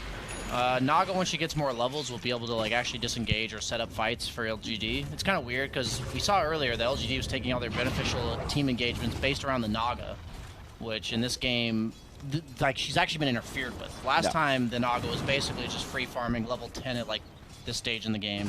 Instead, only level 8. Hasn't even like started working on his first major item. Has triple Wraith Band, but Not even like close to the Yasha part of the Manta yet. I love what Tim's did there. We've seen this from many a Mirana. Just camping mid lane, kill catapult, start pressuring tower. Thanks to that early Bassi, as we've seen, just even more. I think creeps take, what, 2 extra tower shots at the Bassi, right? With melee creeps, range take 1, yeah. Yeah. Melee 2, range 1. Yeah. And catapult.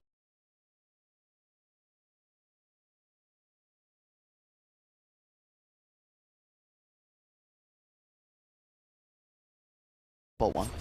Correct. And well, they do get a little more damage as you said on there, but Somnus, he's happy. He's just here. I'm farming up. I'm level 10 now. Top lane, though, they're going in. It will be FY and a little bit of not. Nice presence of mind there. Just TP out.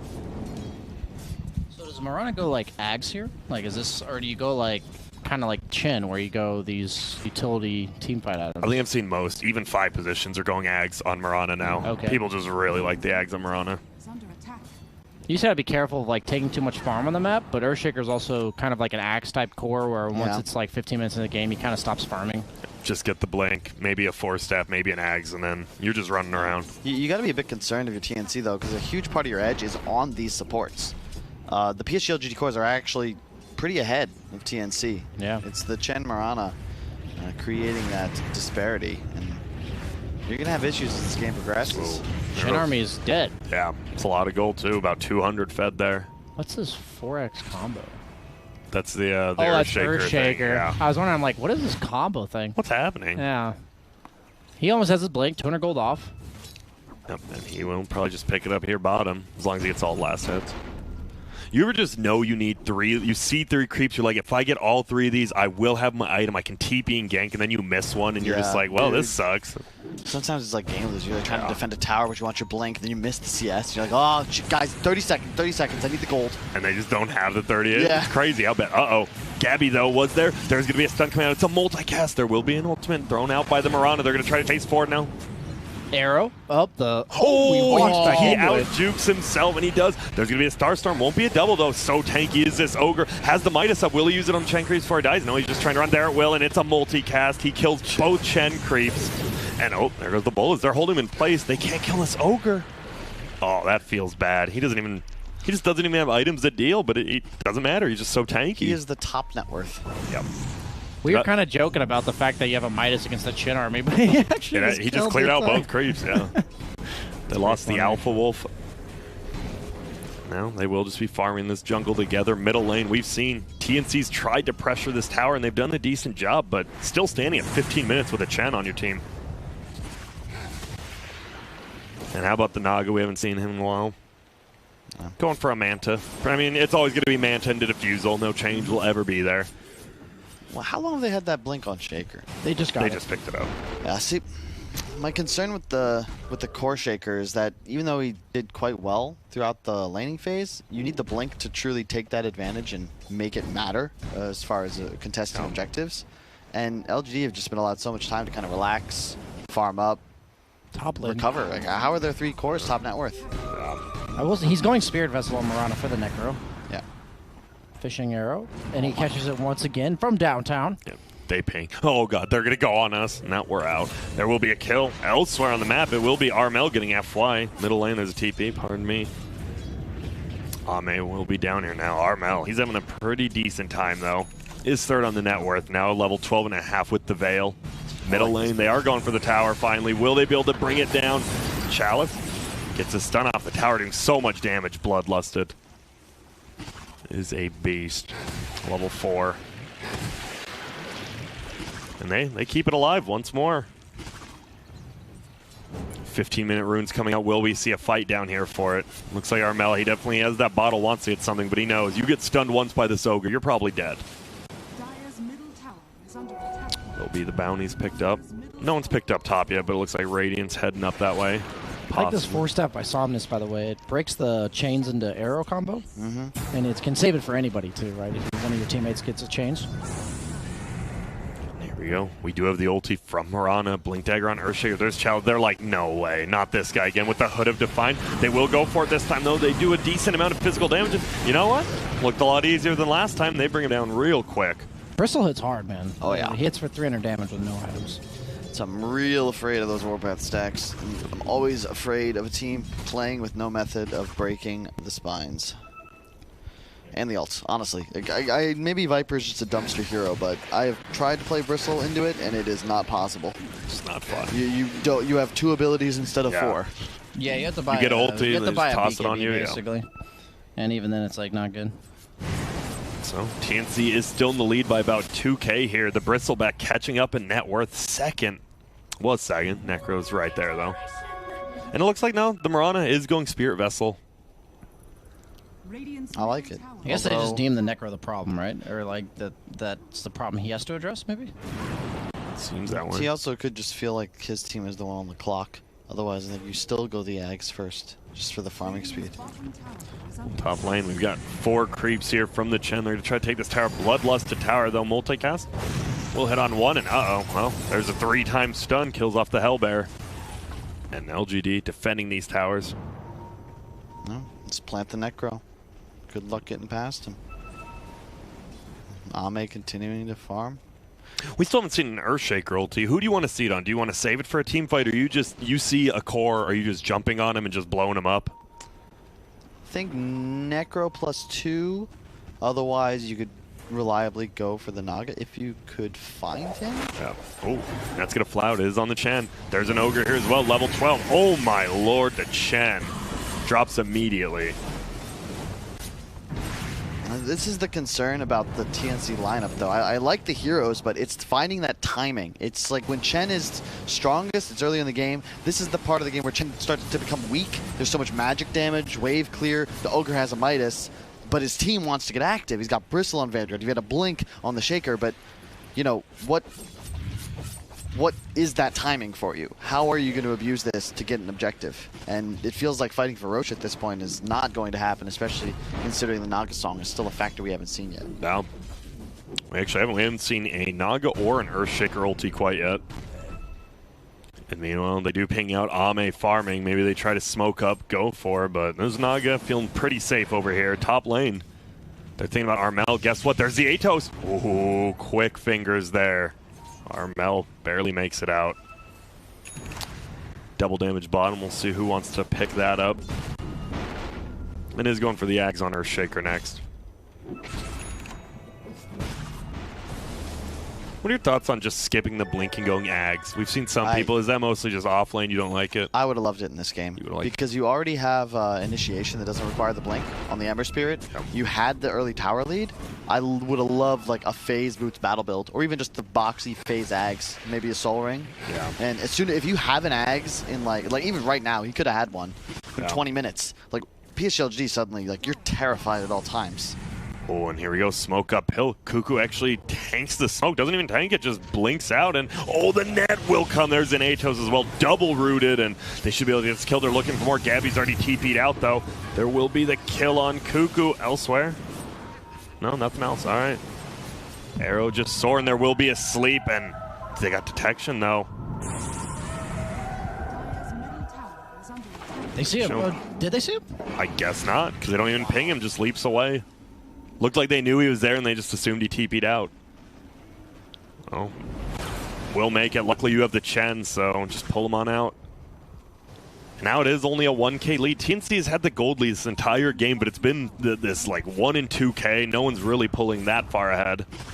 And you're just looking, once again, at those cores. Naga now at 10,000 net worth, 1,000 above anyone else. I just don't think Bristle's going to like carry this game, right? Like, that's how I feel, at least.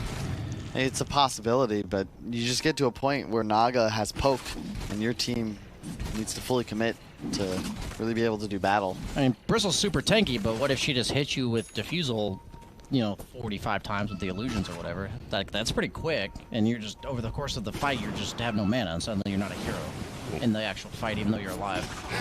Yeah, Arrow even dodges it with the illusion here. Can't do much to that. And now, as you guys said, yeah, PSG LGD, they're fine just sitting back farming on this Naga. They're not really any pressure on that hero. Is going from has the back on game. They have very little like scaling damage that kills Naga. Do you know what I mean? Like none of their AoE, even Sleight of Fist, doesn't scale that hard. Like eventually she'll not be burstable by Echo Slam. And eventually the Starstorm's not all that much damage. Eventually Quills is just ignorable for the Naga Siren. And that's why in this specific game I think Naga is like a super hard carry. Will Armel go for this last hit? Probably just slide it. Won't put himself at danger. That's a nice last hit. They're waiting. Somnus will just show, and you know the Ember's like, wait, this guy's an Atos, so I definitely don't want to go here. And Radiant, well, they get a tower. Bottom lane looks like the Chen creeps plus the siege unit will just bring it down pretty easily. Elsewhere, Cuckoo's still trying to farm up that Ags, and the game has definitely slowed down a little, gets rooted, trying to go with his team. Top, they're actually going to go for Somnus himself, but there's Chalice. We'll just pop the hood. There will be an Atos to hold him in place. There's going to be a stun. No multicast. Stun goes out from Lesh as well. Looks like they just want to disengage. Everyone's coming from both sides except the Naga. Naga's still just farming bottom. Bola's elsewhere. Yeah, he missed the change. Chalice will just go down. Nice block out. Get the kill. And move back up to 2,000 gold. Xnova. This is the one hero, though. You got this 5 position. Is he ever going to get an item? Doesn't really feel like it. He's just there for just toss a Maledict onto Bristleback, right? Yeah, he's got the boots. His job. Pretty much. He's on lane. He's got boots. Yeah. Almost even has an urn. Does he? Okay, I was like, wait, was that a Solar Crest queued up? That's very ambitious, my friend. Good luck. Good luck in your quest. Maybe after you kill a few sets of racks. And they do get a tier 2, and look at this. Now up 3K is TNC. Bristle is going to have the solar, which means that in about 1,000 gold, which means Roche should be pretty easy for them. They have the Vlads, they have the Chen Penitence, as well as the Bristleback minus armor. And there will be a stun. This will be a kill on Chen. Xno is like, I would love to be a part of this. I think LGD's got to be really careful about when they use Naga Sleep, because the minute they use it, that should be pretty much a free Roche for TNC. So I think it's kind of like the black hole idea, where it's more about the threat of the Naga Sleep rather than the actual Naga Sleep power itself. What up this Necro build? It's Atos, Force Staff into a Radiance. Yeah. Why do you get the Radiance this late? Or I think they just win long fights this game. And in the mid game, if he just goes like Phase Boots Radiance, he's just going to die. So you kind of have to go these like 2 mid-tier items. One of them makes you more survivable. The Atos makes you a threat to the Ember when he's split pushing. So it actually lets you kind of like bully Ember off of certain parts of the map. And it's like directly impacting the Ember's ability to actually run out. Whoa, there's going to be the dunk coming out. It will hit onto 2. Only Xnova goes down so far, though. Armel jumps forward. There will be an ulti. Cuckoo doesn't take any damage from it. It looks like the Leshrac will just drop in TNC. They're looking pretty damn good right now. There's the Spear Vessel on Necro. He can't heal pretty much at all. And there is going to be the new cosmetic we saw, but it's not going to help him survive. Somnus just getting run down, and oh my goodness. It looked like Cuckoo almost kind of missed his jump, but Tim's once again gets a nice arrow follow-up, and they're all here. This Naga still hasn't shown up to a fight with her team yet. And here's the Roche. Should go down really fast with the Chen plus Bristle. Ame has... Is he evolutions? No, sorry. It's he summoned them. Oh, are they in the pit? No. Nope. There's rundown. Now they'll be in there, but guess what? It's already dead. You now have this Ember Spirit almost level 18 with a BKB Veil plus a Maelstrom. You're 2K up. I'm so happy this is the build nowadays. It's like people were buying Maelstrom every game exclusively. Why not just get the Veil? It's such good stats, really nice build up, buffs the Maelstrom damage too. That's nice. And all of your damage. Yeah. Did he go Spell Lamp? It's at level 20 that you get the Spell Lamp. I meant the Flame Guard DPS. Oh, no, he turned the Searing Chains and the damage. Do you like that? I mean, I've been told by CCNC and Gunner said that. But if you buy the BKB like you just did, don't you get the Flame Guard DPS? That's what I'm saying. They both said you get the Flame Guard DPS with a BKB, and you. Yeah, because that's what Maybe did. He would rush BKB and just pop Flame Guard BKB. You can't take it off, and it's 110 AoE damage. Yeah. But. Yeah, per second. Oh, there will be a blink forward. It is Xnova instantly blown up there, and that's 400 away from an Axe for this Earthshaker. And they're just moving around. Well, here we go. You see TNC moving around as 4. Obviously, the Ember can get to them pretty much whenever he wants, has that Aegis. They are going to start pushing this tower again top. Will be an arrow. Arrow actually misses on a Chalice, but there comes the Goo, and get ready. This Bristleback's going to start chunking. Wants to try to make it to the hill, but nothing he can do.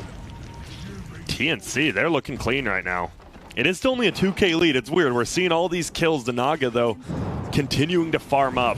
Oh, and they jump forward. They look for one. It is going to be the Necro getting run at right now. There's an arrow, and, well, I have a feeling you're just dead.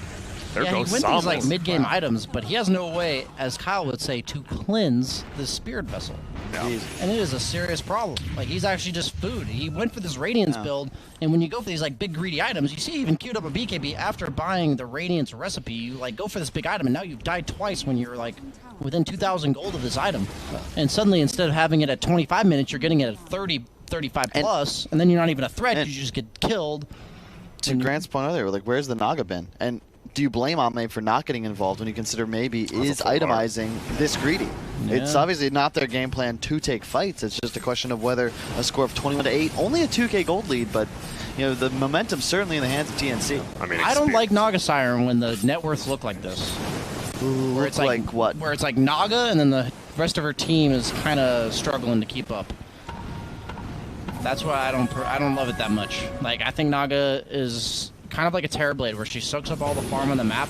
And if this continues, where Necro continues to be stunted, and she's the only hero that actually scales late into this game, like, she's not that scary to deal with alone, I feel like. She does have a heart now, though. She's got to get involved right now, right? Now, are you looking for, like, maybe... Nah, I don't even... I was going to say, are you looking for a counter engage, or you just want to take the fight to them? Maybe they won't expect it. Get a jump on someone? From LGD's perspective, yeah. you want to like take the fight? I mean, like the thing is, they're gonna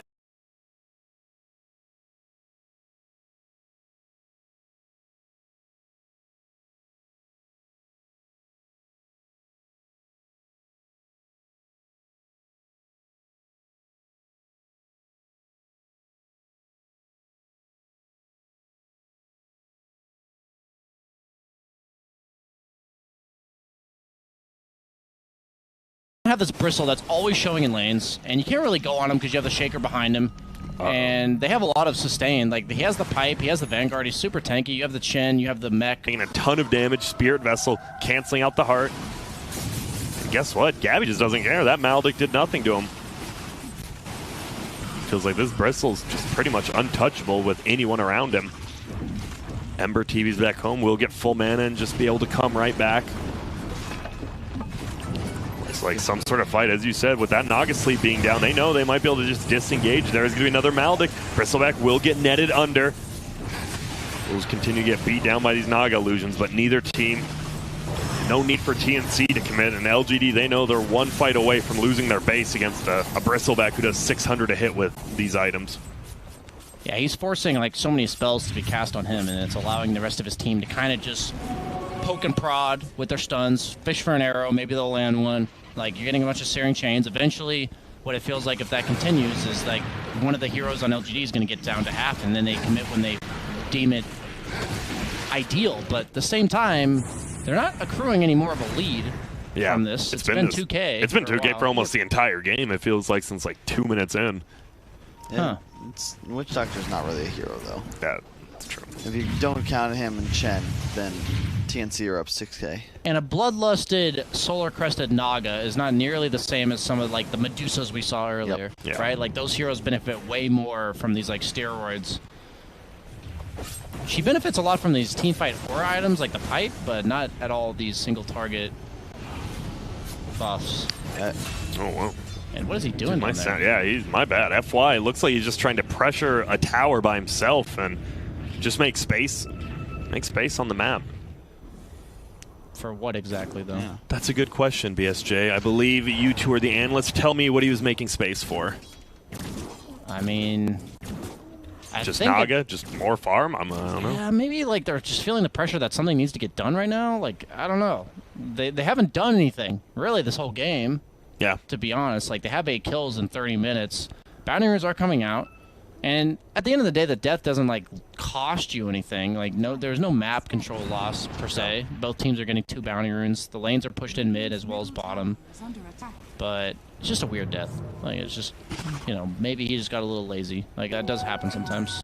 Just have a little bit of brain line. We've all been there. Yeah, you're like, I'll push one more wave, even though it's a little dangerous. Even though it's at their tier 3 tower, let's do it. Yep. And one more creep is one. Yeah. You always like kill the melee with your spell, but you miss the archer, right? And you gotta go hit it. You gotta go hit it. Oh my god, man, it's so killer. Especially now that they made the range creep give so much gold as the game goes on. It's like 85 gold at this stage in the game. How am I supposed to just give up 85 gold, Kyle? Well, it's right there.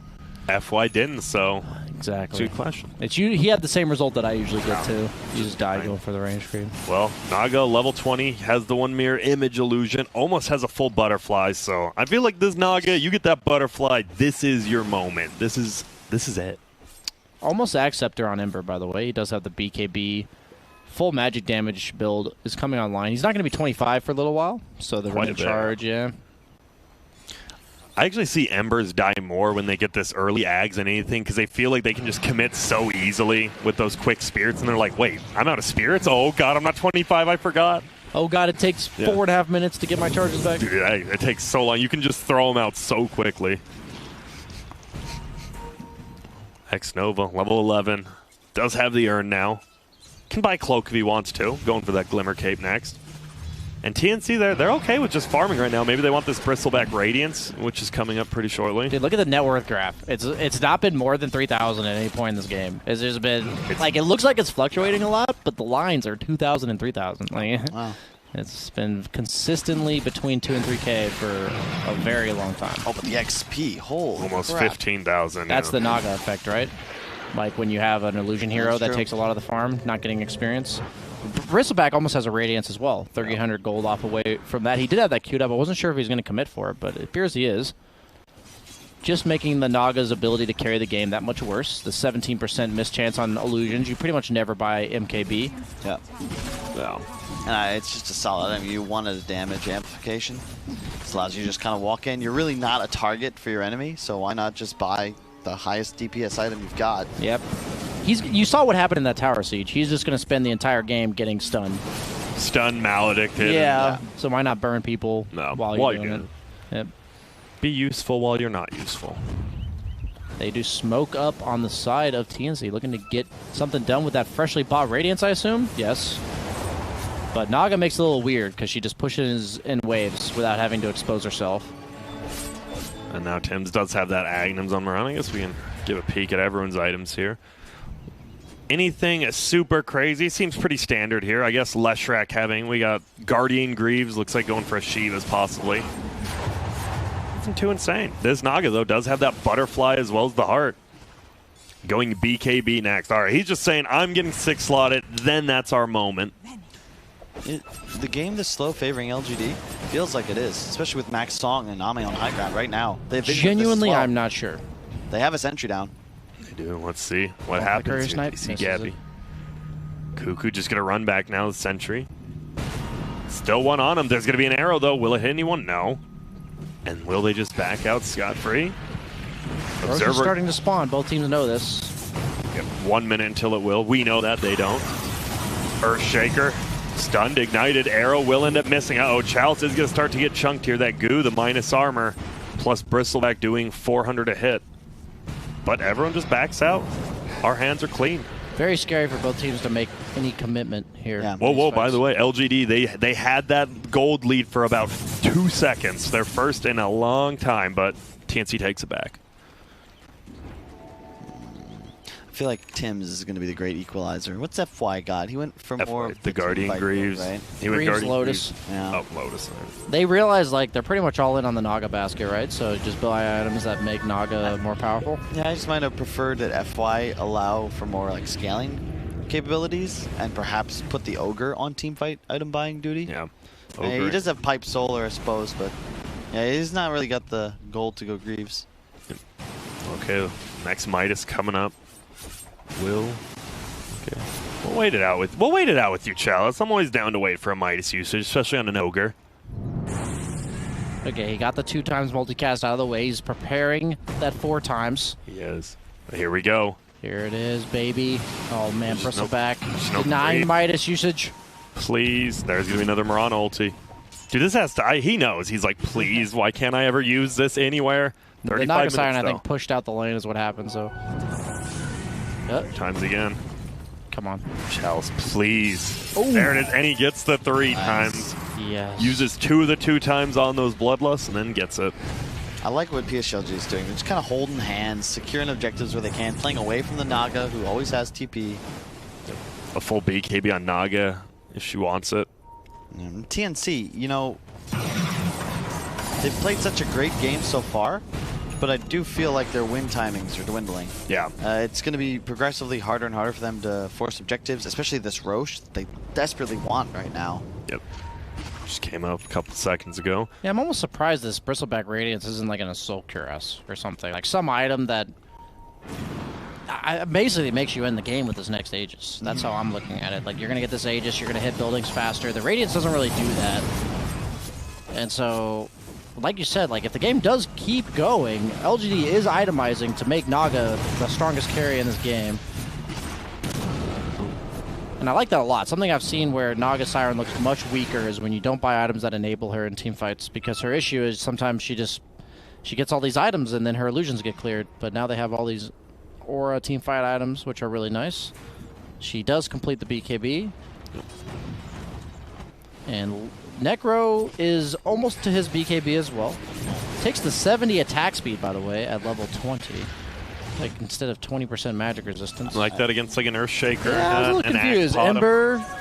Yeah, you always take the attack Marana. speed, don't you? Isn't it worth so much more in gold? Like a cloak is 15% magic resist, isn't it? And it's 500. Yeah, but it's How much like is 70 attack speed worth? But like, what are you attacking? I don't know. You've got to. It's not always like how much the gold is actually worth. It's like, what is it doing for you, though? Like, what are you attacking? Everything. That's all you do. You're Necrophos. You spam Q and attack stuff. Yeah, maybe. I'm not obviously not. I don't think it's like terrible. I just think this was like a 20% magic resistance against Ember, Marana, and Shaker. I thought that was pretty value. We'll pick up the BKB though, flying out on the check-in. And the game has slowed down, and still, I mean, it's a 2K lead. It is on the other side now with PSG LGD, but we're pretty much just sticking around this 1 to 2K. There will be a stun coming out. They're going to jump forward now. Charles, will get slept, and there's 3 of them lined up. The problem is you don't got your Jakiro this game. Is Leshrac anywhere nearby? Doesn't look like it. They're just going to end it. That was weird. They kind of stuck around. There will be a BKB used. Somnus is just getting beat down by Gabby right now. This Bristleback doing a ton of damage. They're going to jump in, and X-Nova is going to be the first one to fall. Maybe not. Makes it out a little bit. There's going to be the Guardian Greaves used, but will finally get right-click down. They're going to charge elsewhere. Bottom? No. Looks like there will be a buyback. This is my problem with Nagasaki. What is he actually doing in this fight? Yeah. Oh, now Armel. Armel is getting right-click. There's the defusal. This is what he's doing. He's burning all the mana right now. Will the Ember be able to make it? What a stun by Cuckoo. Saves Armel, barely. They're going to try to jump. Oh, in the haste rune. He just hit that Ember for like 10 seconds straight and just doesn't kill him. I don't know. Like, that's my problem with this hero late game. If it's like your only source of carry. So what do you, I mean, who else should FY just start actually getting some more aggressive items, or? I'm really not sure. Like, I don't know. Maybe Necro scales harder than I think, but I feel like ever since they nerfed his Heartstopper aura, he doesn't scale nearly as well anymore. Because heroes with pipe actually take no damage. Well, he does have a rating. Yeah, he does. But I can't agree. I think that for now, you're in a solid spot, but once you do hit the 50 minute mark, the cores of TNC just become unkillable. Yeah. And Naga, regardless of the HP pool, is always threatened thanks to the Shaker Ember. They thought maybe Cuckoo was in trouble, but no, they're turning it around. FY, he's just going to get dunked on right there. Gabby will pick up the kill, but Chalice will make it out himself, so there's a BKB by Earthshaker for FY. I feel like Bristle can still play Dota when his BKB's down. Like, I feel like he can pop BKB in order to force a commitment. Maybe if he sees the Necro Scythe like incoming, he can do that. But I feel like if Naga doesn't have BKB, she actually has to run away. Do you know what I mean? Like, when a fight breaks out, everyone pops their BKBs. I feel like it's going to heavily favor TNC when both teams have no BKBs go down. Yeah, exactly. So this Naga, what are you getting now? What's your 6th item? Or are you just, I don't know. Is there anything that just stands out? Like, I don't need boots. I could use a something else. I mean, usually you just think something like Scotty. You could go like Bloodthorn too on a hero like Naga Siren. Oh, they're going to jump forward now. Ame could be in a little bit of trouble. Does all this sleep as well as the BKB, though. Shouldn't be too scared. Gabby will get maledicted. Will be some ignites flying out. They will look for Chalice, and right now Chalice is getting right-clicked. Will they just give him up? No, they're going to have to back out themselves. Somnus did already pop that BKB. Well, they're turning it. Who are they going to find? They're trying to find the Chen. Chen won't even get brought down yet. Ame is kind of zoned out from the rest of his team. Now Gabby is chasing in. On the backside, there will be the sleep. People are kind of lined up. Now they're getting out. Let's get the hell out of here. But did he last long enough? Could they chase? No, FY. Isn't this just Roche? Staying pretty cockly right here. Yeah, I don't know about this. FY will get 4-stepped away, getting right click, but now Chalice is in trouble himself, and this is your core. There will be another Maledict going out, but they're somehow, with all these 4-steps, getting everyone out. Not anymore, my friend. Your Good up there is going to be a dunk. It is just for Xnova. There goes Chalice. Huh. And okay, 2 kills there. A little bit. I thought Earthshaker, I thought he was about to do something crazy, but they only get Xnova, but it is a, as you said, looks to be the free Roche. I mean, suddenly, though, with talking about the BKBs, you have this Radiance on Bristle, you have this Axe Shaker. Long fights seem to benefit TNC. You have a Naga, and she doesn't do short fights. Yeah. Like, Naga doesn't win short fights, so... They have major damage issues. Yeah. Tim's isn't a real target. The Chen has near 10k net worth. Look at Gabby. He just he could die here. Scared right now. Trying to get brought down. Who are they going to find? It is Somnus. No, BKBs are popped, and they're just going to get out. Okay. Roche down to 4k. Will start regenning up. FY's going to go look. By the way, they have the 3 Chen creeps. I don't know if we mentioned this. They have the 3 Hellbear potatoes. They had 4 for a bit. Yeah, so that just makes the aura or magic damage. So cool. Yeah. That's 30%, right? It's like compounding or whatever, so it's not quite that much, but it's still significant in portion. They use the sleep to secure Roche, which is actually just really... Where is it? Oh, God, everyone get it. Yeah. Where are they? There's too many illusions. They're going to jump forward. Now will they still try to take this fight? It looks like TNC wants to. BKB's already get popped. FY will miss a stun on all of them. Gabby is just trying to run away. Has no mana left, and there will be a Necro. Do not use that much. Chalice, though, will finally buy back. And oh, no, there goes the Aegis down on the Necrophos. Ember Spirit will again handled by that Maledict, but they're just going to continue to chase forward. Chalice might just die again right now. They're going to look, though. Mirana, will she go down? She's leaping away. She actually makes it to the other side. Will that right click be enough? It's not. Chalice goes down. That is a dieback and a godlike. Gabby, though, is still getting right click, but it doesn't feel like Ame is really doing that much. But I guess if you're just surrounded by the enemy team, nope, BKB popped, and oh my goodness, Tim's still alive somehow. Will finally go down. We're chasing now. Gabby wants to get Xnova. Should be pretty easy. Nope, Cuckoo says that's mine. They're looking. Can they get this Naga? It sure looks like they might be able to. They're just going to perma-lock him down, and look at this. Naga Siren will get ulted. 4-stepped away, but Ember with the Ags. And level 25 now. This is looking scary. PSG LGD going to try to run. Ame has to buy back. I feel like TNC's not really that scared of this. There will be a net coming out. Cuckoo hits a double stun. Oh my goodness. Somnus gets blown up. If Ame goes down here, the game might just be over, right? I think this would be a dieback. Okay. Everyone calm down. Reset. Naga put us to sleep here. Deep breathe. But that's a 6-for-1 fight, isn't it? With the ogre dying twice. You actually lost your Aegis. I'm not sure about Cheese. I guess we can see. Looks like it was used. Well, we're moving forward. Bristleback. This dude can shred towers. What talents did he go for? On Bristle? Yeah. You take the damage at level 25. He took the lifesteal. Yeah, he took the health. Wow. Yeah, he's all about the tankiness. I mean, versus Naga, it's pretty good, right? Because you're just standing with your back always. Dude, 74 health regen. Yeah, 74. When Chen's nearby, you're just, and the spell lifesteal, you're just not scared, right? He didn't have mana that entire fight. Yeah. I guess since you're getting your mana burn, you're literally just going to turn your back and live.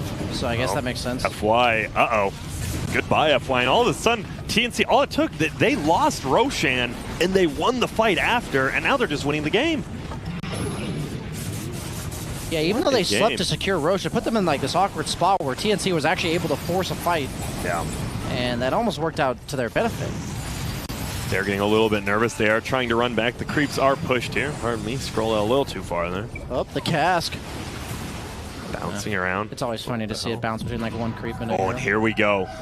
They need to get something.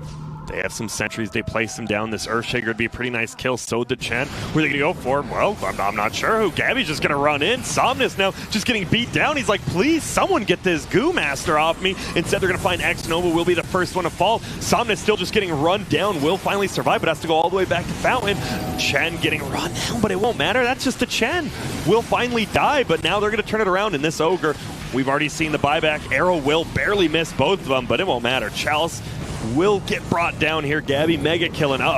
They found the Necro and a nice stun, actually blocking Ame out. They're going to try to throw net. They want to survive, but it won't matter. Somnus goes down. TNC, they're looking to end it right now. There's going to be an ultimate, but Ame does get the BKB off. FY will come back. But once that BKB wears off on Naga, she's just scared, and this is going to be at least another set of racks. How do you kill Bristle? What What happened in this game? Dude, what happened in that fight? Like That was you kind of looked at me that sleep by the Naga, and then they just kind of let everyone get away, and then this Bristle just starts running at somebody, and you can't stop Gabby. You actually can't stop him. I love the talents. I love the item build. Even the Octarine next. Like, he's itemizing in a way that I just cannot see a way PSG LGD would ever kill him in this game. Naga simply does not match up well against the Bristle in terms of trying to take him down. You can make him out of mana, sure, to your point, but it takes too long. Doesn't matter. Even then, right? He's just running at you with a Radiance and those quills from the back. Oh, there's so much sustain, too. And Double. it's the fact, right, Gabby, like, you definitely see some cores like, oh, I'm just going to go farm one wave by myself. This game, Gabby always just has his team with him. I just feel like we might be doing a disservice to the support duo of TNC, because I think they're the ones winning the game. Look at the net worth. Compare Tim's and AU to FY and Xnova. I'm fairly certain that's the entire net worth lead. Yes. It's 9,000 on the 5, and it's 16,000 of the 18,000 net worth lead. Yeah.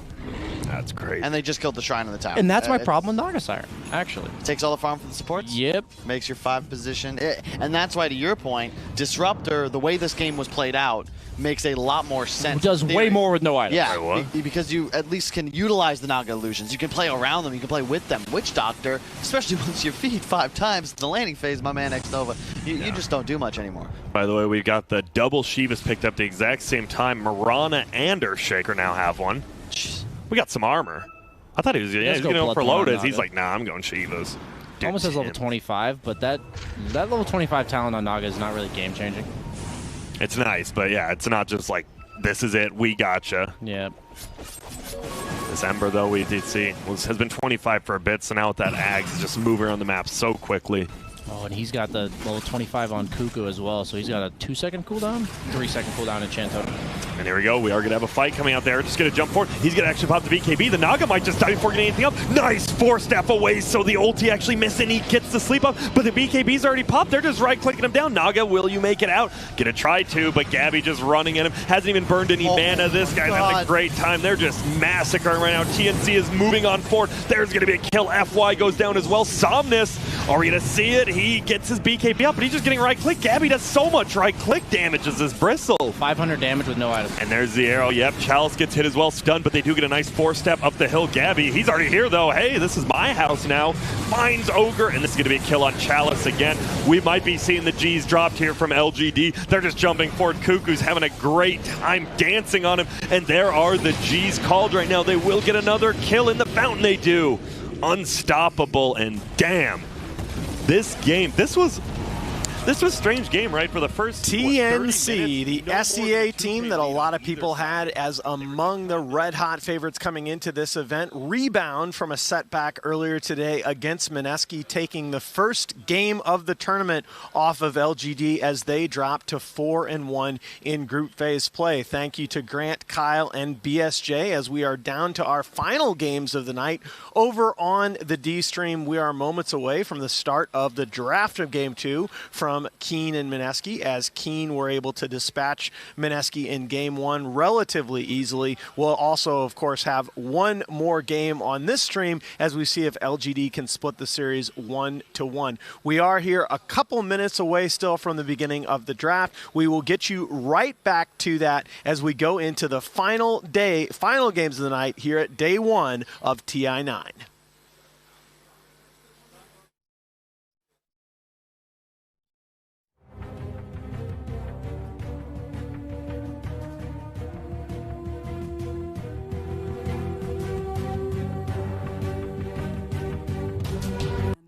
Well, welcome to our last game of the day, TI9, Day 1, Group Stage, live from Shanghai, King Gaming.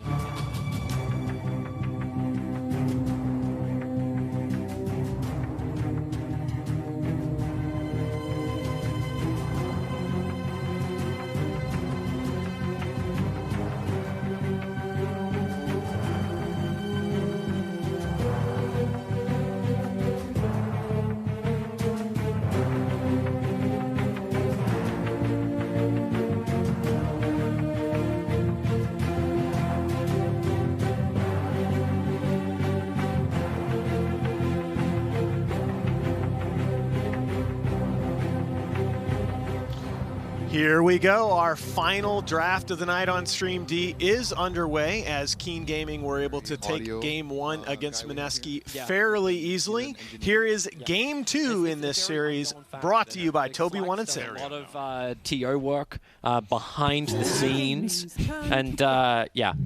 So you wonder Could why. you imagine Slacks doing audio? It's like it gains and just peaks like crazy. He's like, this is great. Yeah. That's how I sound all the time.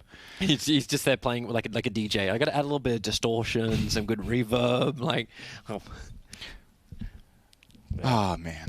All right. Hey. Oh, we'll see more of Slacks later. Hey. So, okay. Hey, SD Lestrak incoming from Keen. It looks like we're going to have a rinse and repeat. So some of the very banned heroes are banned again. We've got Ogre, Ench, and Mirana out, as well as a Chen here. I'm wondering if Mineski actually want to grab the Lestrak for like Moon and just run that, or even just run it as a support. Maybe will be more effective than the Invoker was in the last game. Hard to say. I think part of the reason why picking Shadow Demon here feels so good too is that if the enemy team picks Leshrac, I actually think Shadow Demon is good against Leshrac too. So it's like you don't really want to face this hero as Lesh because Demonic Purge really owns you, and Disruption is a good save against Leshrac's engaged style. Yeah, they might just go Leshrac again. We'll see. Yeah. Crystal Maiden this time, not the Invoker. So arguably a more reliable and more stable laner with a stronger nuke. And we'll see if Mineski try to build a lineup that really uses the aura. I think in the past, when you picked Maiden, you really built around the aura, like your whole lineup planned, how can we use the Crystal Maiden aura? And lately, Maiden has become kind of a hero of her own that isn't just, you know, a strong aura and a pretty good ulti. Her nukes are really great. The aura is good for herself, way more than it used to be in the past, and her ulti is so much better as well with the plus armor you get while you're channeling it. So, yep. It's interesting to see Keen Gaming like prioritize Abaddon in the first 2 phase. Against Beastmaster again. Yeah, but like he never even laned against him in game 1. Like he did counter a roar or 2 in the game, and I guess the way Keen played the last game, the Abaddon actually was kind of integral to how they took fights. They grouped up very fast. They used his tank ability to go in front. He had Curse of Avernus for the towers. And he had a great laning stage. Sometimes it's also about, you know, picking your players, what they're just feeling. You know, if you're in the moment, you're like, man, I'm owning on Abaddon. Yeah. You got to be ready that you might get countered in a different way this game, but at the very least, you know that the first 2 heroes you see, your hero is excellent against these 2. It's great against Beastmaster, you take off the Roar. It's great against Maiden, you take off the Frostbite. And you even have a secondary Dispel with your ult if you need it. So yeah. I just like this from Keen with the way it works. Like this I get always a little concerned when I see like KP on a hero which needs a level 6 whenever they play up against Keen. Because as we saw before, like Keen will just run a tri-lane against you. They're going to make your life a living hell, and it takes forever for you to get that level 6. And once you do, it's like there's so much pressure on your Raw to make something work, which it didn't in the last game. Like the Raw came out, it created a little bit of space, but that was it. Like you banned the Nyx Assassin, but Keen Gaming can just follow up with anyone who has another stun. Like if they can grab a Lion, they can finger down the Crystal Maiden, so she's out of the game quickly. Don't care about her armor buff up. Like they can just do whatever the hell they want to. Early on with low cooldown, low cost abilities that work from level, like get really strong at level 2, level 3s. I think they're gonna pick Leshrac again if it doesn't get banned. Honestly. Oh yeah, totally. I don't see right now why they would be scared of doing it. The difference this game is that Crystal Maiden is a much better hero than Invoker on level 1. So if it comes to these like tri versus tri lane situations, you can try to contest them this time with the Crystal Nova level 1 skilled up. You maybe pick a slightly different core in the carry position, although Weaver could be fine in a tri lane, so all right at least, or another different other support than Disruptor, which they didn't touch this time around. And then you see where you can go with it. Putting Beastmaster against Abaddon is not inherently awful. It's just both heroes are going to find farm.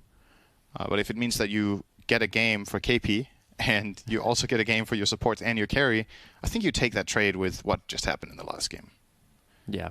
Even if it's not an excellent trade, it's honestly almost anything is better than the first 5 minutes of last game. Almost.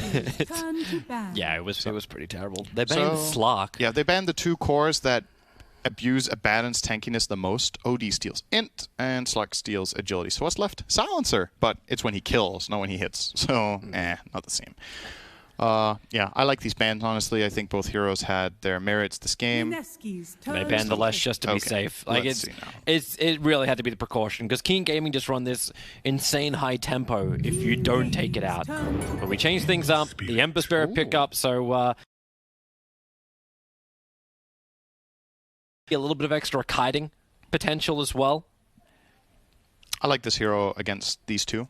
They don't have much in the ways of dealing with him. Demonic Purge can be a bit annoying for Ember. It can remove the Flame Guard, and it can slow down his aggressive or defensive Remnant usage. But if you have a pre-Remnant cast, Shadow Demon doesn't kill you at all. 10 seconds And he also struggles to deal with getting Slight Chain, because you really don't want to use that disruption. Like it's a very key cooldown, and if you can poke people and force out defensive cooldowns, that's when it can get really interesting. However, against a Baton, it's a little bit trickier how good Ember is. I feel it's like hard to spell. Ember's like toasting Beastmaster's testicles. Yep, Like, it is true. That's and cutting through his leg, so that's gone. Yeah, when he does the taunt. Honestly, though, if KP only had one leg, maybe we wouldn't feel the difference from the last game. So. Oh. Yeah, he had a heart. It happens. It happens. Relax, Toby. It was a joke. Okay. I'm sorry. I don't have a sense of humor. I'm too old for that. It's not about age. But the first part of the statement was true. It's not about age. It's about personality. You have no sense of humor. You either got it or you don't got it. There's only one person who laughs at my jokes, and that's my girlfriend. That's why she's perfect for you. Yeah, I need someone that understands me, and no one else does understand me. It's like one of those Hollywood movies. That's great. Yeah. That's good. Yeah. I laugh at your jokes sometimes. Sometimes, I do. I think sometimes I can be funny. Other times, people just don't understand. Or you don't understand people. Oh, I don't understand people. It could be the other way. It's difficult to understand every single person that tunes into this stream, but I don't.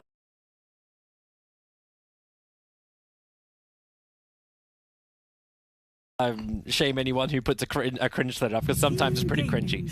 That speak of the devil. Purge has helped purge a lot of that. What cringy is silencer? No, they actually picked silencer into a ban, and we talked about the stat steal, right? We did. It did end up being a silencer, not for that reason, but okay. So Rubik has some good steals this game. He can steal Roar. He can steal the Fire Remnants. It's pretty cool. Maiden spells are great, especially Freezing Field. But now, spell stealing against Silencer is actually really annoying. If you're last worded and you spell steal, you can't cast the spell you steal.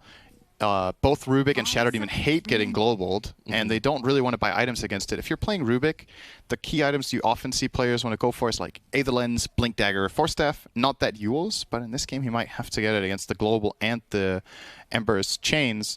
And it's also another tool for dealing with a bad and saving people, because when you're silenced, you can't manually activate your ult. So they can focus fire people down. Oh, I thought we were going to have this hero appear at some point. I'm not sure how good this is, this game. It might be good, but right now I see Mineski being able to engage fights and just kill people. They can roar, and this time they're not getting saved because they're going to global. They can Ember jump in, they're going to get kills. How does it actually work with the ensnare? Because like obviously like that's going to be a root on the Ember if it can connect. If it can connect. Yeah. And it's very easy to dodge. If you're like the caliber of players that play Ember nowadays will dodge that almost every time. So yeah. it's not really. I'm trying to remember all the interactions, because like I remember like ensnare used to actually track people across the map. Yeah, it doesn't do that anymore. It's disjointable, as far as I'm aware, at least. Now, what Naga can do in this game is that she's a natural Manta buyer. So when she gets that first item, she can Manta out of global and sing. And that can save her team and reset a fight, and they can turn around. But if that's part of the logic, I kind of like it. You still need to have the damage, however. Like I suppose she counter pushes on a global state as well. Yeah. She should reset for the team fight, and it's one of those ones like if Silencer does trigger the ultimate, it doesn't matter. You still keep going. And Kunker's the final ban. Probably just a good mid laner against the Ember. So what I see here is, compared to last game, Keen Gaming's carry in this game is way slower. Like, Naga needs to farm. And the support duo that they have, the Shadow Demon's picked again, but Rubik is not the same as, what was it they had last game as the other support? Why is this eluding me right now? It was not the Lesh. The Lesh was a core. Dead Nyx. So this is slightly lower tempo, and especially the carry is much lower tempo. So perhaps this game Mineski can kind of execute this more high pace style, punish the Naga, start taking towers, and I think Keen's last pick kind of needs to address this. If you want to go late with Naga, that's fine, but you need to be able to bridge from the early game into the late game, because Beastmaster plus a last pick will push you. I think Mineski are making a big mistake here if they don't take advantage of their inherent ability to go somewhere and take a fight because of global silence and their high damage burst and catch. What's the best hero that can force down the lane though? Like actually push against King Gaming. So yeah, less rack would have been pretty handy right now.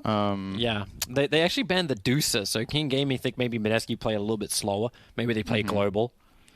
I'm looking right now. Do they play Lone Druid? KP used to play. Yeah, they actually banned the Deucer, so King Gaming think Lone maybe has a Medeski place play in a this little game. bit slower. There is nothing that maybe kills they the play bear, global. and it will be able to take the towers I'm that they looking right need now. when Do they play Lone Druid? There is still nothing that kills the bear. Lone Druid is really good here, I think. KP used to be. Apart from that, some sort of aura guy that wants to go hit towers, or maybe a Juggernaut could work, or I'm still just looking at options for them that make sense. Wraith King could work with the skeletons, although you kind of don't want to pick Wraith King into Naga because then you put yourself on a timer. When she gets Manta Diffusal, your hero is very unhappy. I'm liking a Druid option more than anything else. Lone's the best. Like, it feels like his laning phase would be really strong. Korjik hero. Korjik. Shut up, Red. No, we're not picking Jakiro into Rubik either. Hey, techies. Timbersaw. You know what? When we were thinking about heroes that could push, I was actually looking at Timber, but I didn't like it enough to really suggest it. But maybe it's okay. Like, they don't kill it very easily with their heroes. He's good against Tiny. I feel like there's too much control against him too, because he's not going to disjoint the ensnare. He's like Rubik can grab his mid chain. SD disruption purge can cause problems. Just global. Yeah, you're right. There is global for protection. He has some serious potential in this game, but I think the timing window is a lot narrower than with Lone because, you know, Timber is going to hit these. He's going to get farmed this game. I don't think King Gaming's line can really shut him down. So the question is, are you going to be able to transition from this really strong point into actually getting something meaningful, not just a tier 1? Can you get tier 2s? Can you get Roshan? Can you get the racks? Because with Lone Druid, you definitely get the big towers in this game. With Timber... I'm also wondering, too, like, if he can be the frontliner against Keen, like, how much is Moon able to tank through? He can. Because if he can create enough space, then maybe KP can actually do something this game. That Nika, who's on the Ember Spirit's able to get a little bit more space to farm up and let Ninja Boogie and Crystal Maiden work with Moon to find kills. It is actually kind of dangerous playing Timbersaw against Shadow Demon. It's like the Soul Catcher is scary. You probably need an item against that eventually in this game. BKB could be interesting. But yeah, I would say, let's say 15 minutes into the game, this Timber is almost unkillable. Okay. Especially with Global backing him up. But again, how do you use this 15-minute timing to win the game? Because I don't think your hero is going to stay ahead and carry this game like 15 minutes later or 30 minutes later against these heroes. So you kind of want to get the job done while you can. And the only pushing hero they have is Beastmaster. Maybe we see a Necronomicon in this game to kind of help with the push. Okay. But I don't know. I was actually discussing that item with BSJ in the last, like, during our break time. We're like, why isn't Necro picked up anymore? Like, no one builds Necromicon in any scenario, it seems. It's like, well, it's just too much money. It's never really the right item. There are some heroes that still buy it. Lycans generally get it still. I think we just haven't seen Lycan at this tournament. Yeah. Beastmaster I still think can buy it in the right game. But yeah, it's not as popular as it used to be, absolutely.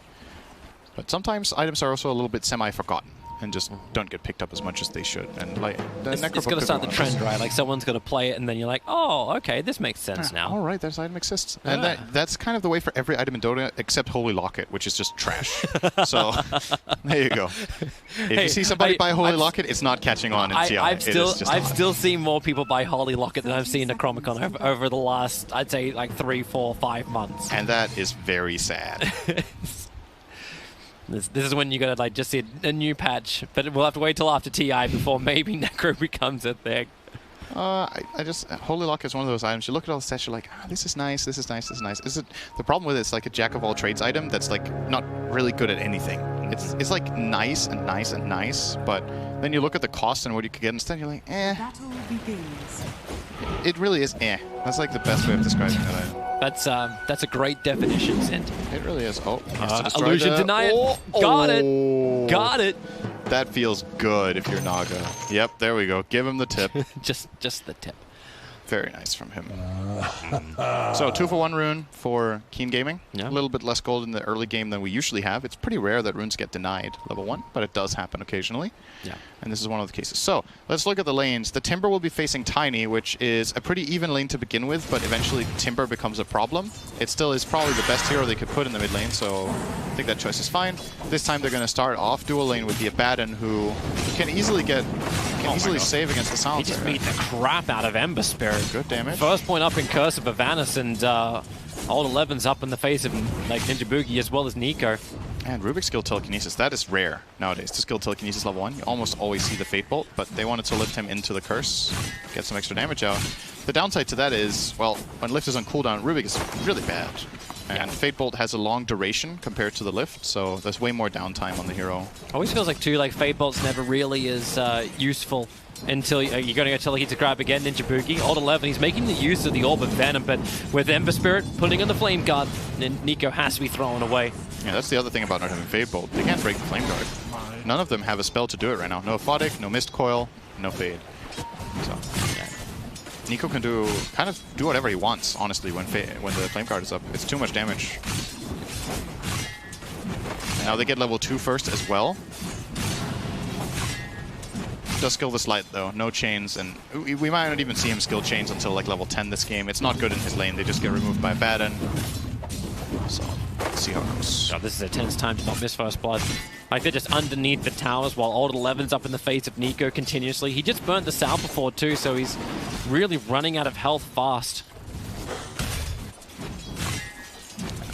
There's more regen in the way of the Dire right now. They have 5 tangos They're going up against to Jabugi again, pick up from Kaka, throw him back, able to get the double stun out, but then again the damage is way too much. Ninja Boogie will find the kill, and they'll actually find a second one back to back into Kaka. And that's the fight that Mineski really needed to have in that top lane. Yes, in? Yeah. Maybe they were expecting him to have chains. He just got killed by a Sleight of Fist that was pretty obvious. He wanted to maybe suicide with the Mist Coil and try to get a kill out of it, but that trade was just flat out not favorable at all. And intelligence being stolen from both heroes is actually a really big deal in this early stage. Dark may be able to get fit. He's got him. Oh, maybe he doesn't. Up the hill and round the trees. The poison goes the wrong way, but the illusions get their attack out with the primary. So Dark will fall and King get themselves on the board. Off the mark. Yeah, it's good that this lane is going well for them because the mid lane is definitely going to start getting hard soon, and the top lane did not go as intended, I think is fair to say, this first exchange. So we'll see how it transitions now. They will try again onto Ninja Boogie top. Has the Aphotic Shield this time to remove the curse, and that's an easy kill, so a bit of a comeback, but could be a trade-off. No, he's fine. That shield pop just, that's enough to do the damage from range. I think he might have to suicide on the Baton after this creep wave. Just spam a couple of coils, or he needs to use the courier. Maybe he'll send out a little bit of stuff and a flask. Let's see what he chooses to do. Gets the Bassi. He's going to bunch on another Tango, but when you're in half HP range in this lane, it's kind of scary. Yeah, he's trying to wait for it. Shields are up. As much damage as he possibly can. Look towards Ninja Boogie. And wait for it, and did not. Oh no! Mistimed it. He waited too long and Nico just sleight of fisted him down. He actually used it too early. He's trying to wait for it. Shields are up. As much damage as possibly can. Look towards Ninja Boogie. And wait for it, and did not. Oh no! Mistimed it. He waited too long and Nico just sleight of fisted him down. He actually used it too early. So fast. He's trying to wait for it. Shields are up. As much damage as possibly can. Look towards Ninja Boogie. And wait for it, and did not. Oh no! Mistimed it. He waited too long and Nico just sleight of fisted him down. He actually used it too early. Plays super aggressive in lanes. Sometimes it looks great. Sometimes it looks not so great. Just while everyone's going to get a little bit more passive in the lanes, I think we can have a quick look at that top fight. So Old 11 miss coils and then get slighted. And I don't know if that was actually realistically possible to suicide there. The Ember just has a slight advantage. Let's point out, much better early in from Mineski this game. This time it's stable. They are doing well in their lanes. All their cores are getting stuff. They will be getting bounty runes. They have counterpicked opponents' cores this time. Overall, much better time. Just running in 2 seconds, so that bounty rune's going to spawn with a pickup and throw it back there. She gets herself a double stomp, and Old 11 is losing so much life so quickly. He's actually got a missed call, but it takes too long to turn around. Silencer becoming big brain. 8 int minute 5. You know, most heroes have to pay about 1,000 gold for this. He got it for free. What a bargain. That's one of those things I'd like to see come up with the scrub, is to add in the negative effect. So that you can just feel bad the whole game? So you can actually know who's feeling bad about this whole game. Like, Ruby's got 423 mana pool. So then your teammates can ping you and be like, You dumb. Dumb. You died too much to silencer. Oh, Mongo no lie.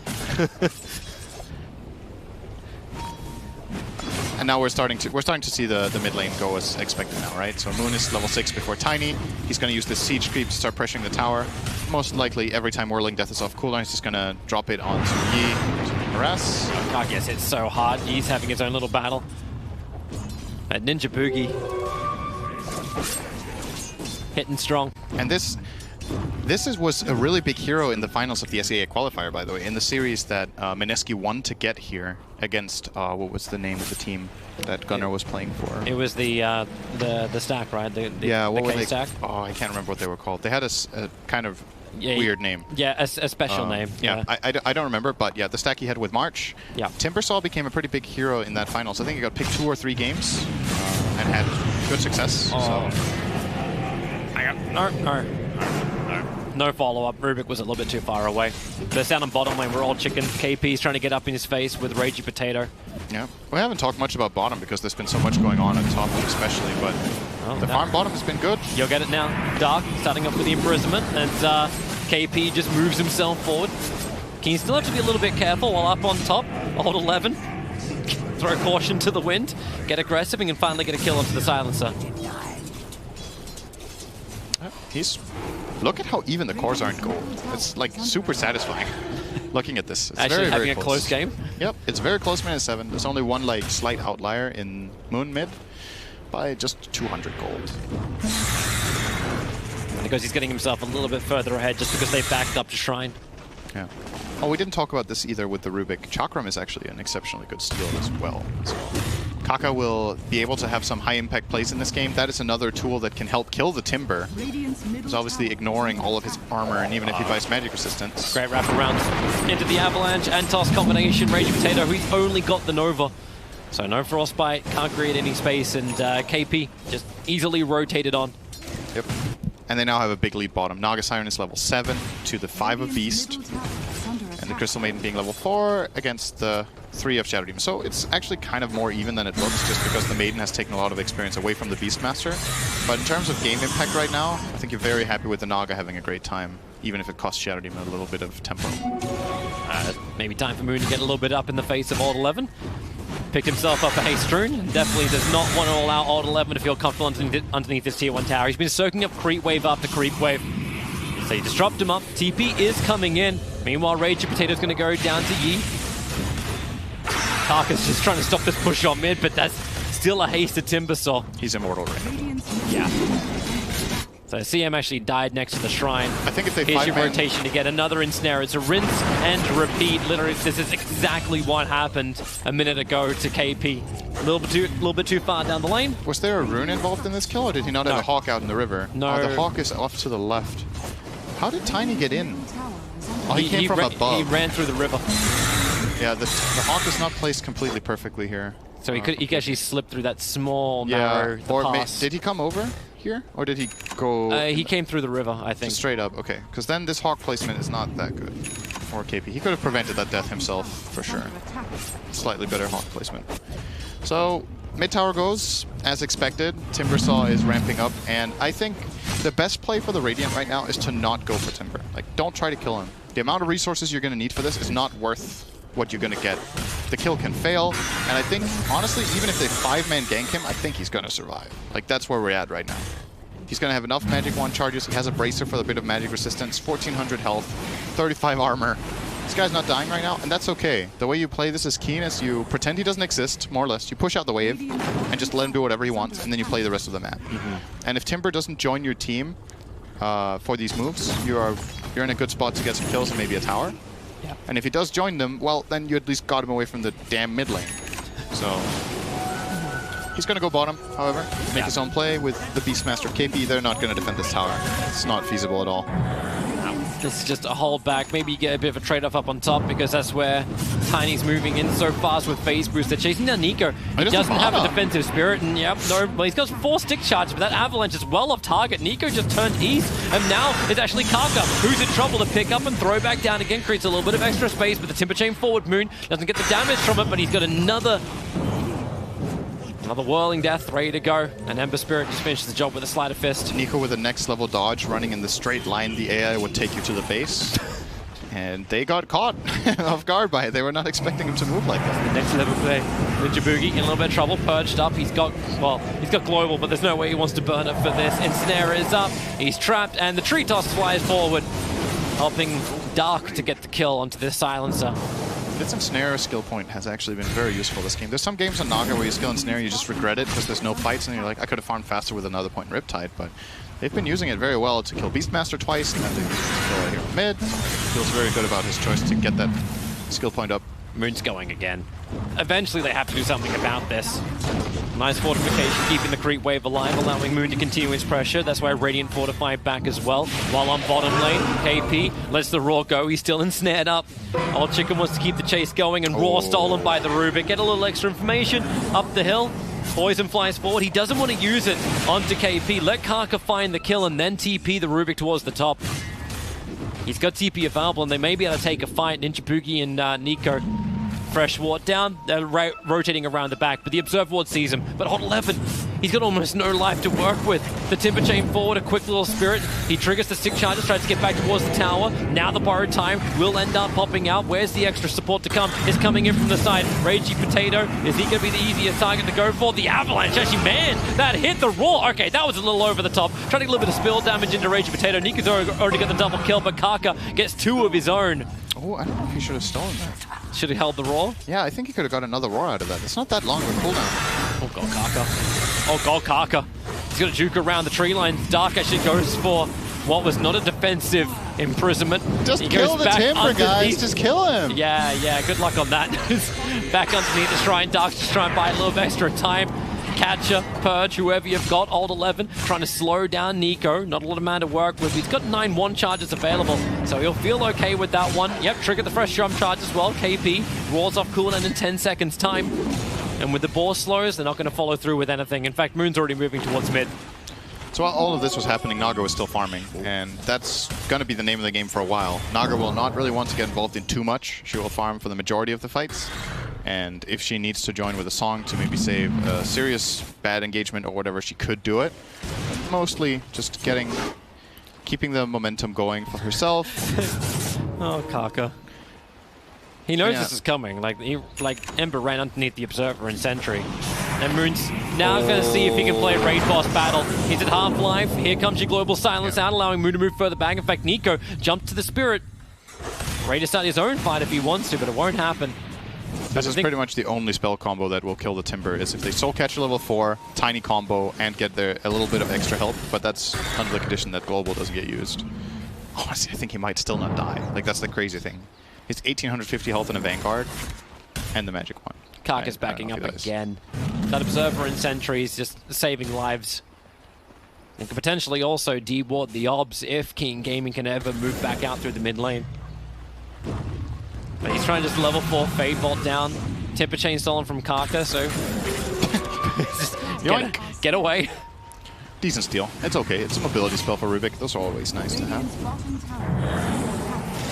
The KP in the trees. Are they going to dive this? There's support coming in. Okay. Silence is there, so yep, they're going after KP. Roar is out. There's 4 heroes arriving from an S with a Sleight of Fist and Searing Chains on 11. Will have the borrowed time trigger, but they got the kill on KP to begin with. And maybe with the curse, because there's no Global Silence, all 3 heroes from King Gaming feel comfortable enough just to TP away. Is Timber actually going to complete that? No, he won't. He got lifted. When I was like, I don't know about this dive, guys. I thought Timber was going to TP, but he was pushing bottom and didn't want to give up on that pressure. But with the rest of the team TPing up there to help, the pressure effectively ended bottom. It's one of those things that happens in a lot of games, even at the highest level, is that players will try to help their teammates. And sometimes it's better to cut your losses and keep your own aggressive play going. Because what ended up happening is that this kill from Keen had 2 impacts, right? He may really regret not hitting that Timber Chain. Oh, the telekinesis! Dark is tossed forward. Now he'll get the disruption. Now chaining out again is going to be difficult because Karka's going to be there to grab. In fact, instant there on the stun. Moon can't get himself away from this, and now they will bring down the raid boss permanently. Sounds maybe not the one charges. It's so much damage. He can chain himself a little bit further underneath the tower. 5 stacks of the Shadow Poison up and running. Moon continues to chain. Another one charge up. And now finally they bring him down. But support around the back lines. Ragey Potato just solos up Kaka. I'm wrong. He could die. Okay, they got him. They got him, Toby. They got him. But that, honestly, that was kind of worth it. They only lost the Rubik for it. And Naga was still farming. So that's not a bad move overall. It's just funny to see how difficult this kill is. All right, after a rather lopsided Game 1, Keen Gaming and Mineski look like they're going to be in a little bit closer battle here in Game 2. But we are going to cap off our night by sending you back to Stream B, where TNC and LGD are in the early game in what looks to be a very close match with group stage implications. Here are BSJ, Kyle, and Grant. They were the same, but Arcwarden gets a lot more, it seems. And uh-oh, FY. They needed level 6. Yep. On Lesh. On the other side of things, though, it's X-Nova. It is just an ogre, and there's going to be a stun. It's a pretty big commitment, though. Yeah. 4 heroes here from TNC. It's all just because of the level disparity. If Somnus has his ult there, he can actually just run forwards and potentially just continuously fight. Because his ult's doing 100 DPS, but without it, it's just not a fight you can win. Needs some mana. Does have the Shrine here if he wants to use it himself, but he's just stacking. Gets both. Sven is absolutely free farming this game, though, and that feels really nice. Bottle refill, it's very nice. Pretty much just pure full regen there for the Lash. Oh, and they're going to just immediately run top. They smoke, too, or just running? Nope, they're walking there. And you talked about it. The Bloodlust, you obviously don't care about the attack speed, but Lash already high movements, but you just saw the Bloodlust. 405 at 6 minutes in. And Cuckoo, I have a feeling you're going to go down. Looks like Elder Titan will go down elsewhere on the map as well. And that's 2 dead for TNC LGD. Yep. Looking good. And this is where the lineup starts to spike. The downside of the TNC draft, none of the cores can influence the lanes. In fact, neither can the supports. They don't have that natural roamer, that hero that rotates to free up a lane for a weaker support. Thus, TNC, they need big fights that are counter initiations. They can't really pick their own. It was Gyro. Gyro does get level 6, so you've got that ulti. Pretty low cooldown, less than a minute, even a level 1. Nope, Chalice. We got bonked a little bit by Gabby. It's a great... Bonk is just such a nice sounding word. It is. It accomplishes exactly what you need it to, you know? Yep. Yep. What's your guys' favorite word? If you just had to have a word you loved saying. I know a lot of people say moist is their least favorite word. But what's your most favorite word? Either serendipity/serendipitous. That's a good word. Or indubitably. Indubitably. Dude, I love saying indubitably. Indubitably. Like, you just literally, whenever somebody says anything that you agree with, you can just say indubitably in a really posh and annoying voice. Okay, I actually would. Indubitably, Kyle, you can. I wouldn't have come up with that myself, but I actually do that. So indubitably is a fun word to use. Not surprised at all to hear that that's a part of your everyday lexicon, BSJ. But a lexicon. Yeah, I was about to say Kyle lexicon. Is pulling off He's some words out. Yes, I was going to say your brain dictionary, but lexicon works as well. Oh man, you said it, BSJ. The Sven, he's having a great time, right? Yeah, this is. I feel like you don't win games if you give Sven this game. Like if he's a good Sven player. Oh, bottom lane, we are going to see the ulti pop by Chalice. Just going to try to run out. Should be able to. A lot of slows and stuns coming out, but we'll be completely okay. I feel like my win rate in the last like 6 months on Sven, if this is my game, is probably like 80%. It just feels so nice because you accelerate so fast. Like on this hero, he starts clearing stacks in the jungle, and then suddenly he's got a Midas at 9 minutes, and he's just feeling himself when he has Echo Saber Blink Dagger at like 15 minutes. He's just one-shotting people while farming.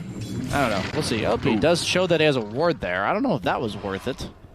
He pings it immediately on Ame. We'll see. We'll see how quick he gets the ward. Pink's actually pinging it over here, but it should still be able to see this ward. Let's see. F-White does not have a sentry on him quite yet. Cuckoo, level 6, has the phase boots. Oh my god, I actually did this build on Sven, and I was like, maybe I'm trash. He just goes 3-4-0. Just because you win your build doesn't mean you will get saved right now, it looks like. There's an Arcane Rune on this Grimstroke. By the way, this is just a bottle Grimstroke. Yeah. Is that common?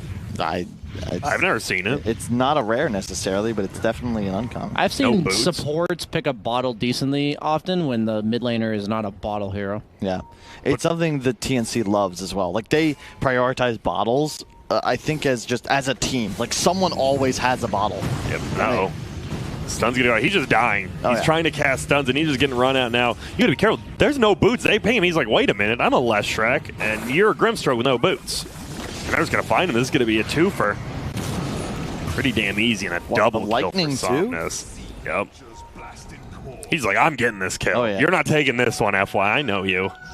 And that will be 2 bounty runes for LGD for now. TNC get a pickup. Oh, it's 3 bounty runes for PSG LGD. So this lead went from less than 1,000 a minute ago to 3,000. Ame is all of a sudden enormous. I said that. Yeah. I feel like Kyle doesn't actually listen to me anymore, Grant. Wait, who said that? I'm just kidding.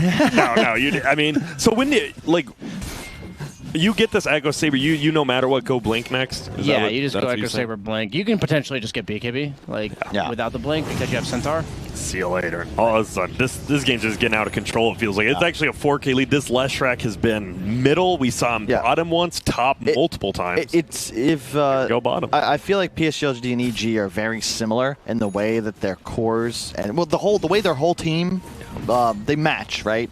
And both teams do best when their mids are on active playmaking heroes. Maybe on Storm, on Quap, on Lesh, one of the best mids in the world, and he's proving why now. Oh, yeah. And now bottom. They wanted to, well, now just the Arc Warden, Tempest double here. We'll get the Midas on the Siege unit. That's annoying. Will they be able to bring it down 2 seconds? Give me the gold. Easy 180 for Baby there. I'll tell you as well, this tower's taking a lot of damage. Looks like both towers, well, maybe not. That is a glyphed up, bloodlusted tower top. A lot harder to take than a Leshrac and a Centaur beating down a tower. Can I ask you guys a philosophical question? I would love you to. It's not actually philosophical. It's more like mechanical. But why is it that every creep in the game, when you last hit it, gives like the plus gold indicator on top of it, and then the Arc Warden does it on top of the hero that gets the last hit? I never knew that happened, so I cannot answer it. Is this like something to do with the lore behind Arc Warden, Grant? It is. You know, we might have a fight here, though, so I don't want to expand on my lore too much here. I just feel like on all the other things, you're getting the gold from the creep, but in this case, the clone's giving the gold to you. Do you know what I mean? I know what you're saying. Okay. I feel like it's something only somebody obsessively focused on last hitting would notice, however.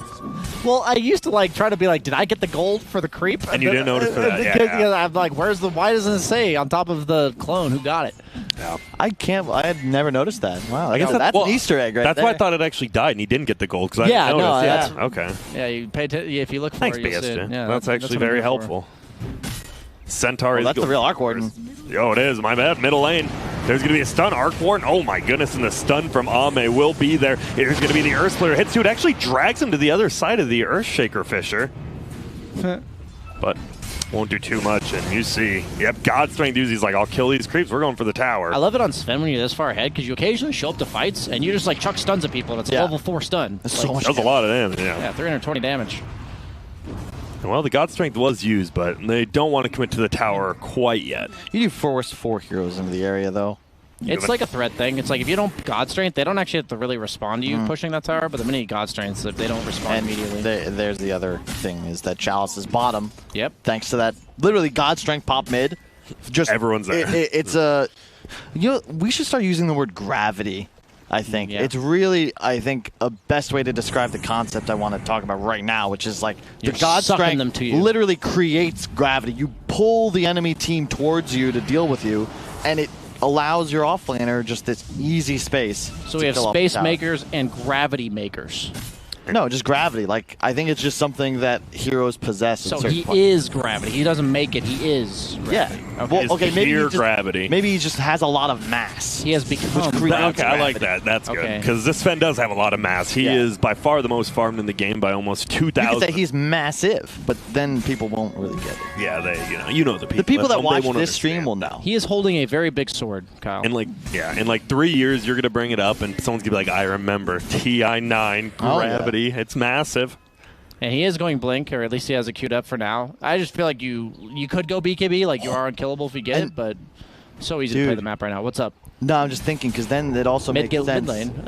No, he's fine. Whenever people make wrong decisions, you just say oh well, there must have been some dark matter, just messing with their understanding of the universe. They went to the wrong lane. Oh, Gabby's in some trouble. They use the Centaur ulti to close the gap. Stun into stun into stun into stun. And he's dead. And do an easy kill, yeah. And, I mean, you guys talked about it, right? None of these heroes on Radiant ever feel good against Centaur ulti. Yeah. Like, everyone can just get run at. They can't make plays themselves. They're just trying to farm and not die. And PSG LGD are farming and looking to kill. Oh. Well, Chalice is What's that for mid? That's He's a good fine. question. He just TPing kills the tower with Retaliate and then TP's out. Thanks, Grant. Remember, Grant is the observer for this TriCast, and he will be every single day. Yep, and that's why, okay, Thanks, now that you say that, there's a kill bottom. It is on the 5. I feel like, you know, I knew he was going to die. I didn't want to show it. It's nice. He died a little... You're just rubbing in his face at that point if you're just Yeah. showing it. That's not nice. It's okay. I think X-Nova's already acquired more items than he did in the previous game. Yeah. This Finn is just popping God Strength off cooldown, by the way. Yep. That's when you love playing Finn, man. I know. Well, Will barely hit that stomp, but barely is good enough.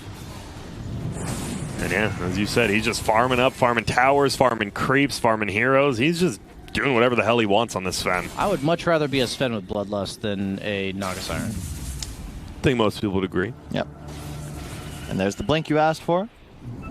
So what do you do with this blink? Do you just keep farming with it, or do you actually want to take fight? This is an efficiency around the map, and then a contribute to kills Blink Dagger. Grant, he's about to get the Arcane Rune on the next Oh my god. Well, let's see. So good. It's only good if it was Ogre Dude, with the The multi Sven time, the Midas timings have been pretty suspect. I like this. Smoke up, wait for the Immediately. creep. Okay, now go. I like this. Honestly, a lot of the Midas I've seen have been late. We've not, seen some not Ame, yeah. Ame is not suspect. Yeah. He gets a lot of flack. This is real awkward on top.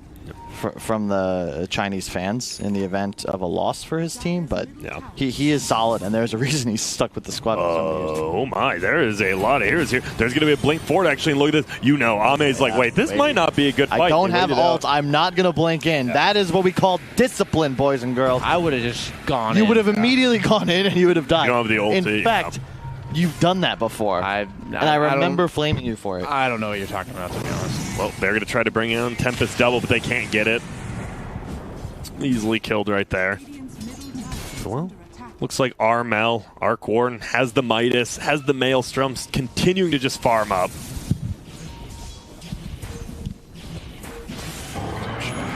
Now. Oh, hang on. They're going to try to run bottom. Armel will be there, and that should just be a finger. They get the kill. That's a pretty easy one, dude. They are just getting, it feels like they're just getting destroyed right now. 10-2. Yeah, we're 1 second here, my.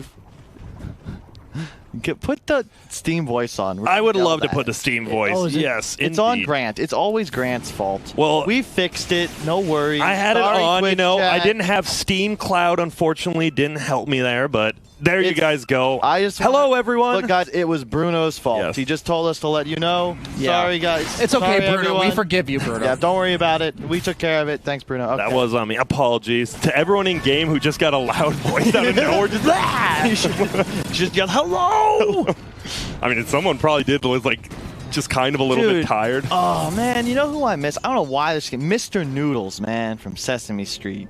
Who's that? You don't Why remember is that Mr. who Noodles? you miss? Who's Mr. I know who like Elmo is. Dude, if you don't, you gotta Google that later, man. Come on, that's a classic.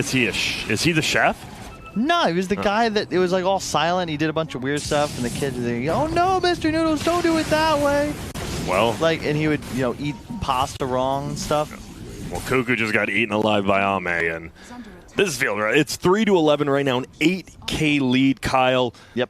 Are you actually just banking on this? You are just banking on Arc Warden now, right? Just hope we can defend a long time. And as BSJ brought up, the Leshrac pretty good against this bubble. Well, I believe it's pronounced Buble. Buble. That is the proper origin pronunciation. You guys big Michael Bublé for Christmas songs fans or no? He's definitely up there in the Christmas songs mix. What's your favorite Christmas song? It is August, so it's a good time to I'm trying to think. I love the Trans-Siberian Orchestra, but I don't know the what. I've been seeing him in concert. I don't know the full song. It has. I got none. What about you? You have one that just stands out. Grandma Got Ran Over by a Reindeer is a classic, that's obviously. Classic. I like Feliz Navidad. Okay. BSJ, what about you? I was thinking about it. I mean, when I was a kid, I loved the Rudolph movie. Yeah. So it might just be Rudolph the Red-Nosed Reindeer. It's a classic. Does Tried he and true. represent your childhood in many ways, BSJ? That I was just societal special kid? outcast, only to find out he has a special ability that makes him popular and very lovable. And a Chad. Yeah. Yeah, that's my life in a nutshell. Oh, they're running in. Oh, my goodness. Cuckoo gets the blink away. Will they find him? No. Perfect blink into a TP. Okay. You're buying a little time. A little bit of time. And sometimes that's all you need with the Arc Warden. Just going for that full Mjolnir. And, well, we're going to see Gabby going for the BKB next. And this is a little bit different. Didn't we used to see just Maelstrom in the Ags? He just is forced to get a BKB because of something like this. Yeah, I mean, you die to like any 2 heroes on LGD, maybe even just 1 hero. It's looking like just 1 here. Okay, yeah. I thought it would require a 2nd hero, but when you're dying solo to a Leshrac, who's probably going to go boots travel at some point in this game, that's... You're going to get hunted. Yeah, now he has BKB, but you're going to have to be forced to pop BKB every time you're Yules, it feels like. Yeah, and now you have Sven, who has the Blink BKB done as well. 13,000 net worth at 21 minutes. He's feeling... Oh, yeah. Spicy. And they're playing this game exactly as we expected. They took a lead and just consistently find kills. Just out of the trees, from over the cliffs, they immediately initiate and obliterate whoever they find. TNC, you just don't have the ability to teamfight. Arc Warden is not a Dota hero at the moment. Yeah, doesn't feel like it. I mean, where do you go? You have a damn big item in Mjolnir, but it doesn't feel like... What does it do? Yeah, you're not online until like the 4th item, like we've seen. This is one of those heroes that, some hero, you got these 2 item timings, 3 item timings. This boy is a 5 to 6 item guy. Yeah. And there will Sven be a just Sven. God Strength kills the Grimstroke solo. And just instantly hits the jungle creeps. He's having a great time. Yeah, that's what I meant by the Blink Dagger, right? He's just contributing to kills randomly around the map. He can do it whenever he wants. Oh, middle lane, there is going to be a big dunk by Cuckoo. There will be a nice triple stun as well. There's going to be the first kill on FY, but here comes Ame. Now they're going to go for it. Will it be enough damage, though? X-Nova, he's still alive somehow. I have no clue how. Gabby pops that BKB, and now Ame, he has to use his as well just to run away. Do we have anyone else coming on in? Thinking about it. They are. There's going to be a stun by Chalice. They're going to look for this Elder Titan. Does have a cloak, but nothing else that's that tanky. And yeah, I think this Leshrac's so strong. There will be a double silence coming out. Will they both just run? They're just running together. Yeah, but it doesn't slow anymore. Yep. So as long as you're running away together. Uh-oh, Chalice, though, doesn't use his TP. Possibly going to go for a blink. Nah, he's not going to find it. This should be a kill here. Who's going to pick it up? It will be Cuckoo. That is a buyback, though, from the Earthshaker. A perfect initiation, though. Finds 3 heroes, gets a nice Fisher, but they're just behind already. I love the initiation. I don't like the buyback. You've already echoed. Yeah, maybe you pick up the exit kill. Perhaps you were necessary for it, but I just don't think it's worth. Maybe if like the Sven's still diving you do it, but they're already running. It's because Roche is up, right? So you've now... You're a target. There's a red X blinking on the Earthshaker. He goes down. PSG LGD know they can walk towards any objectives they need, and guaranteed it'll be, at worst, a 5-on-4. And look at this Slash. 550 move speed, Bloodlust, Boots of Travel, Yules. You talked about this. This boy can move. The problem I have with Arc Warden is he's like super passive, and I feel like he's not. They are setting up a mid on the CT potentially, but nope, looks like nothing. Or is it something? It might be. Oh, they found him. That patience. They do. FY. Will throw out a stun. X-Nova. They don't know where the rest of TNC is. No multicast either. FY. Oh, he actually does. This might just be a kill. They're just going to turn it around on him. Oh, but there's going to be a Centaur ulti. Will it be enough? Hey, he's going to move forward as that Grimstroke actually ends up stunning. Oh, he doesn't get the finger off the rocket. It bonks him in the head, and, well, they're just going to back up now and some weird little engagements and skirmishes. It feels like LGD was doing good as 5 heroes or 4 heroes regionally around, and now they're just kind of getting picked off. There will be a kill. Whoa, it's going to be on Tim's. See you later. Ame, anyone he finds is just going to die. And yeah, hey, what's up, Grimstroke? Wait, one hero was right there? There's just a blood spot. There were supports. Yeah, just an ink spot on the ground. Yeah. Yeah. Dude, Ame has acquired so much gravity, he's destroying things faster than a black hole. But he's not using the Midas. There we go. He was thinking about getting a kill. Come on. He was, but then he had double hit the creeps. True. Has the level 20 lifesteal talent. Stoning. Yeah. I've seen a lot of Svens actually take the Storm River cooldown, but in this game, you can kind of just do your own thing. I like lifesteal just because he's going to inevitably have to go toe-to-toe with the guy with the Arc Warden, right? The sustained battle against Arc Warden is pretty annoying. Another big change used to be you wouldn't lifesteal off of illusions. This now is true. You do. Yeah. I believe Arc Warden you weren't lifestealing off of, even though it's a clone. So it Not counted as a 100% hero unit. sure. I have no idea, and now we have no way of testing it. It doesn't matter. But let's because now you do pretend- Now it lifesteal. will steal no matter what. Yep. It The life definitely will be will steal stolen. life now. Yes. So when's LGD, like, when do they feel confident to kind of do some objectives? You know, tier 3s or Roshan, like, when is that? Because it feels like this Sven's pretty far ahead already. I don't know if he was waiting or they just waiting for a pickoff. I think Orchid's nice. I don't think there's ever a moment you're like, okay, guys, like, let's go high ground. It's more that they're going to just consistently outfarm and be hunting, you know, head on a swivel, and they'll slowly increase the amount of the map they're willing to fight TNC on. And I wouldn't be surprised to see a smoke move, as soon as this Orchid gets picked up. I mean, you have a support Lion like farming. Oh, they get Echo Slam bottom. Oh my goodness! On the support Lion. Will he even go down? Yeah, he goes down to the Arc Warden TBing in. But that's like Echo Slam on a support Lion, so. Yep. Leshrac, actually, he looked like he was going to commit if they didn't kill that creep. Yeah, they had Glyph available. He just didn't choose to use it. Don't mind the decision, though, because that was a bit of a risky move. He's 300 gold off BKB on Lesh. Yep, I think that could be the big decision maker. He just runs to you and you have nothing. There is 0 BKB piercing disable on the side of TNC. In fact, there's nothing BKB piercing other than right clicks. And they don't even have that much right click damage, right? Just an Arc Warden, and all his damage is magical with that Mjolnir. Actually, Soulbind, but what then? Soulbind into Abyssal Blade Gyro. There we go. That's... After this Arc Warden defends the tower for the next 30 minutes. Just to quickly update you guys, this is officially our last game of the night, as over on Stream D, Keen Gaming were able to take the 2-0. They finish the day at 2 wins and 4 losses in the group. We are going to finish up this one with BSJ, Kyle, and Grant. And just a quick reminder to stay tuned afterward, as Rich Campbell and I will be breaking down all the action here from day 1 of the TI9 groups. Like, how do you do? You just tank 600 damage every time. You're like, oh, ouch, that hurt. Yeah. And by ouch, that hurt, you mean ouch, that dead. killed me. Yeah. I really like FY's Aether Lens, too, because you have Centaur to get you into the fight. This allows you to position far more efficiently, and if you blink into the... Look at the TNC lineup, right? Like, you will... Any of these heroes see a lion, they kill a lion, and now you can safely play on the outskirts. Oh, God, what's 2 rounds of spells off. And almost going for that Bloodthorn now. I know a lot of carries have been talking about it. Bloodthorn is just a better version of Daedalus as well, because a lot of friends work on Daedalus and people are like, Bloodthorn's just better. Yeah, much better. I like that you always have mana as well. I always hated watching Svens like run out of mana in a team fight because they use 2 spells in their ultimate. It lets you eventually sell the Echo Saber too. Yep, exactly. And that was the big concern with the Daedalus build, is that once you sold Echo, most Svens would have 0 mana return whatsoever. Well, they do have to use a glyph here for this tier 2, but it will still go down. Chalice, he does not care about this tower one bit. Bottom lane, tier 1 is getting pushed, but, you know, you're losing a tier 2. There's going to be an axe picked up, so Gyro does have 3 items now. Does a little bit of damage. Chalice thought about even 1 retaliate hit, but won't. Yeah. Top lane, or top rune rather. Yep, double damage. Nahaz's Oh, you guys can see it here. Let's see it. Hang on. No, wait. Now it disappeared. Sorry. It died first. Okay, I'm upset.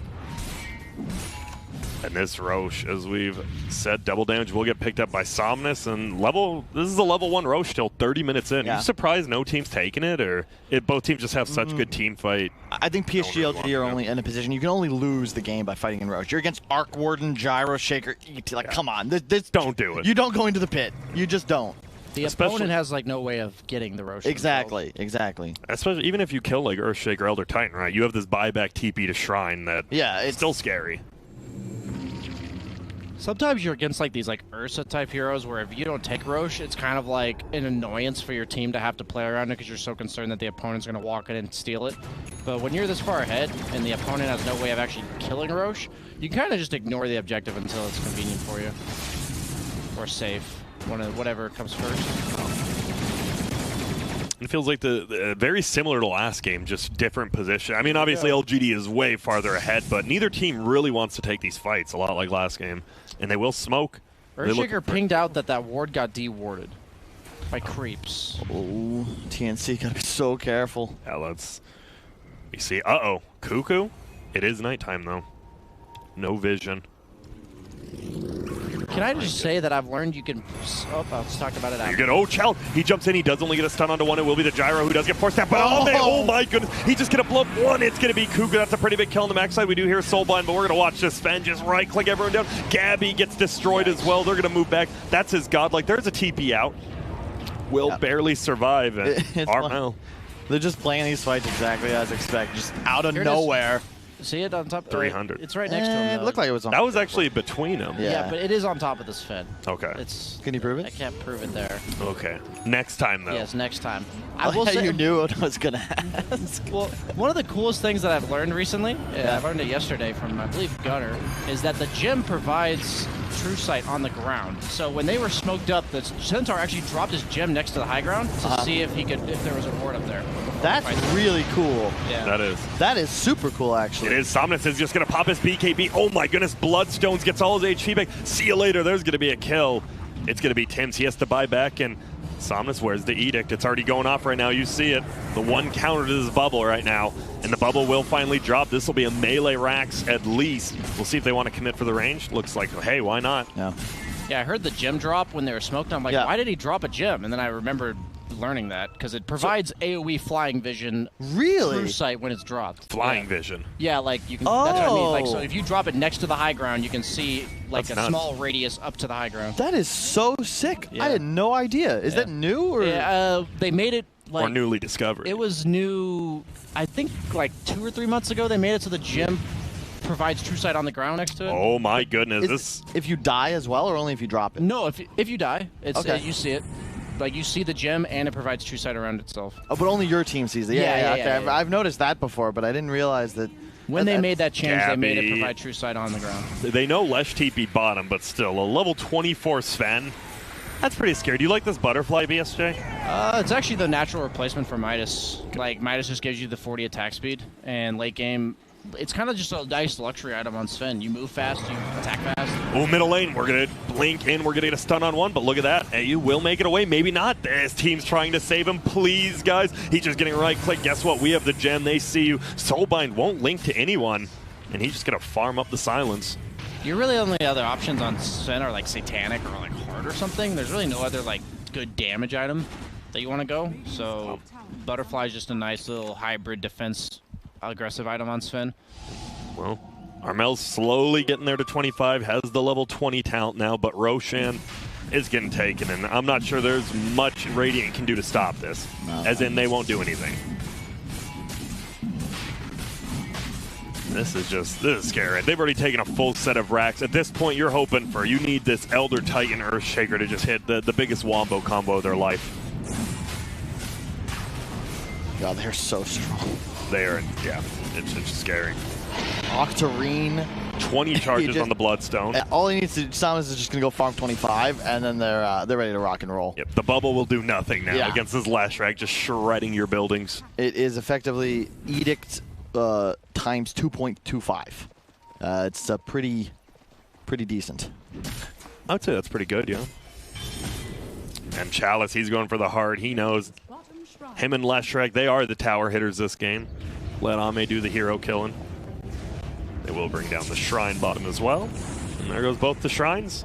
Roche taken. They have taken every objective but the throne at this point, it feels like. And there's a sheep stick now picked up. All right. Sark Warden, who can he solo kill in this game? Good question, Grant. Like, the Lion, obviously. If you find the Lion, Lion's going to die. Ogre, I guess, but it doesn't feel like any of the 3 cores are solo killable by this Arc Warden at this point, at least. Yeah, Centaur's going to have a heart, 900 gold. This is a get our level 25 Lesh, get our heart Centaur, walk at them, and GG, I believe, is the situation here. Like, if they play properly.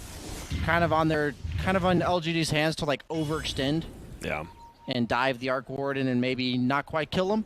Look at how deep they're in their base. The turn potential on TNC is there, but LGD kind of has to provide them with the opportunity. I don't think they can really create it themselves.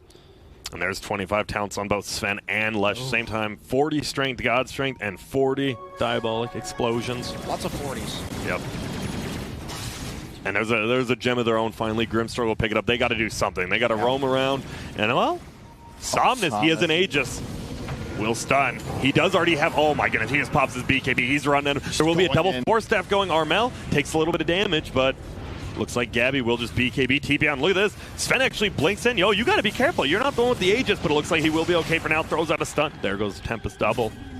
They're just going to right click down this tower. Ame's like, I got the creeps, guys.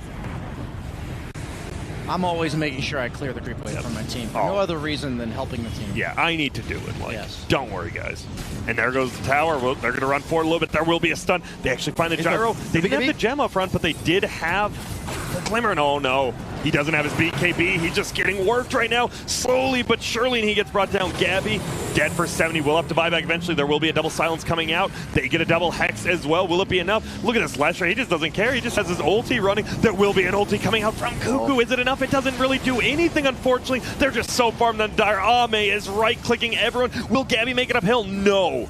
That's a dive This man is beyond godlike. Somebody kill him, please.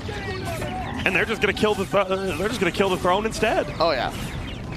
Nate's got the head bonks in honor of Grand using the bonk all game. I appreciate it. And there's the GG. Well played. Called by Gabby. Tim's as well. We've been seeing a lot of fountain camping. Are they going in? Hell yeah, they are. You know it. They're going to go for it. Tim's will be the first one. Oh, they don't get Tim's, actually. Just AU and Armel. And, well, that was a little bit quicker of a game and very well played by LGD. Yeah, I have no complaints about the way they executed. It's like they got a lead. And a quick victory coming in from LGD. Nahaz, let's actually talk about this game and what it's actually going to mean in the scope of today. Yeah, I obviously think it's a big momentum boost for LGD going into tomorrow.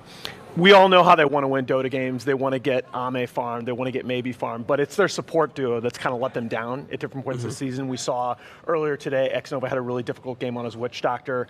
That game was pretty clean from start to finish for them. They got everything they wanted.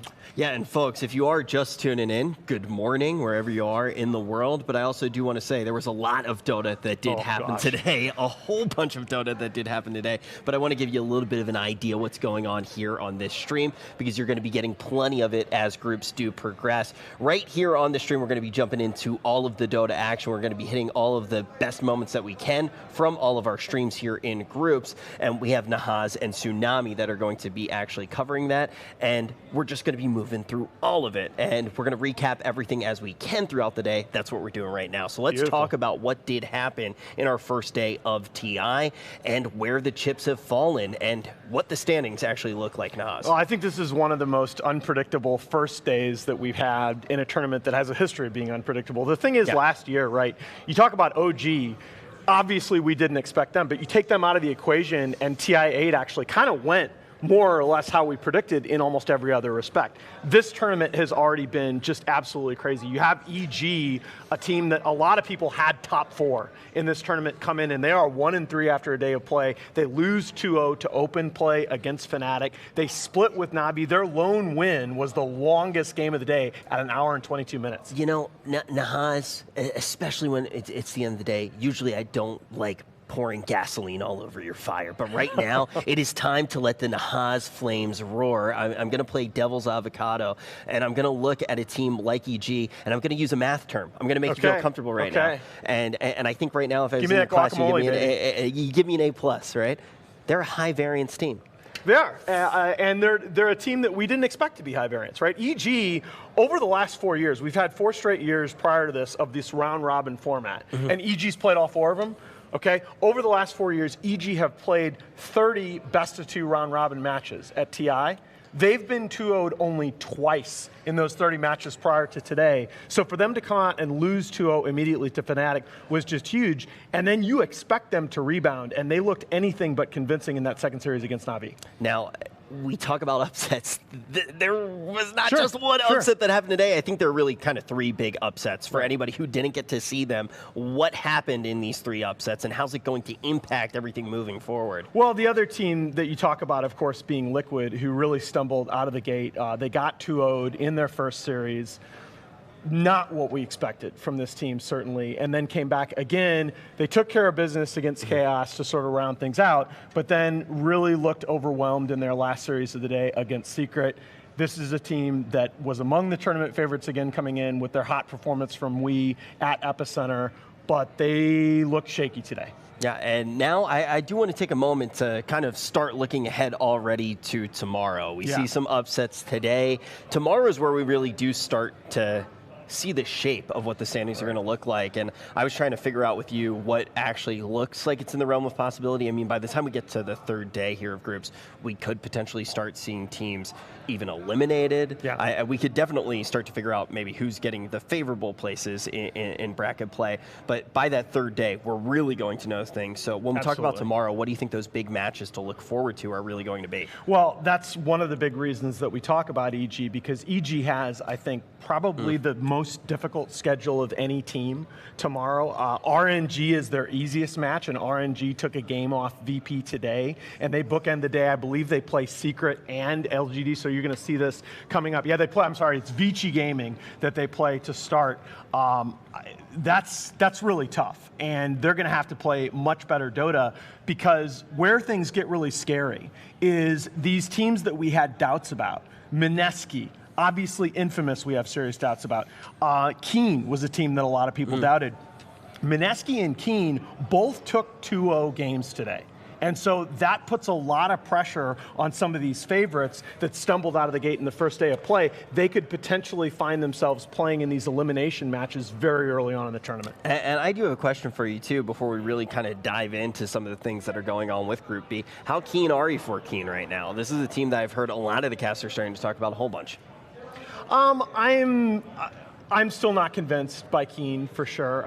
They're a team that, obviously, they were kind of the last team into the DPC. Most of their points were accumulated early on in the season. They did have a nice last series of the night, but it was against a Mineski team that expectations were very low for. Now, this is something that I didn't really expect to talk about quite yet, especially when we are kind of looking for everything that's going to happen tomorrow. But I do kind of want to actually talk about, you talk about some of these teams that, yeah, they have very promising performances maybe at the beginning of the year, and then by the time you get here, obviously so much has changed, right? If you are somebody who hasn't been watching throughout the entirety of the year, you probably have a pretty good understanding still of the idea that the meta is going to constantly change in any competitive game, especially a game like Dota. How do you think the meta has started to shape up? Like, are we seeing a clear break from things that we are very used to?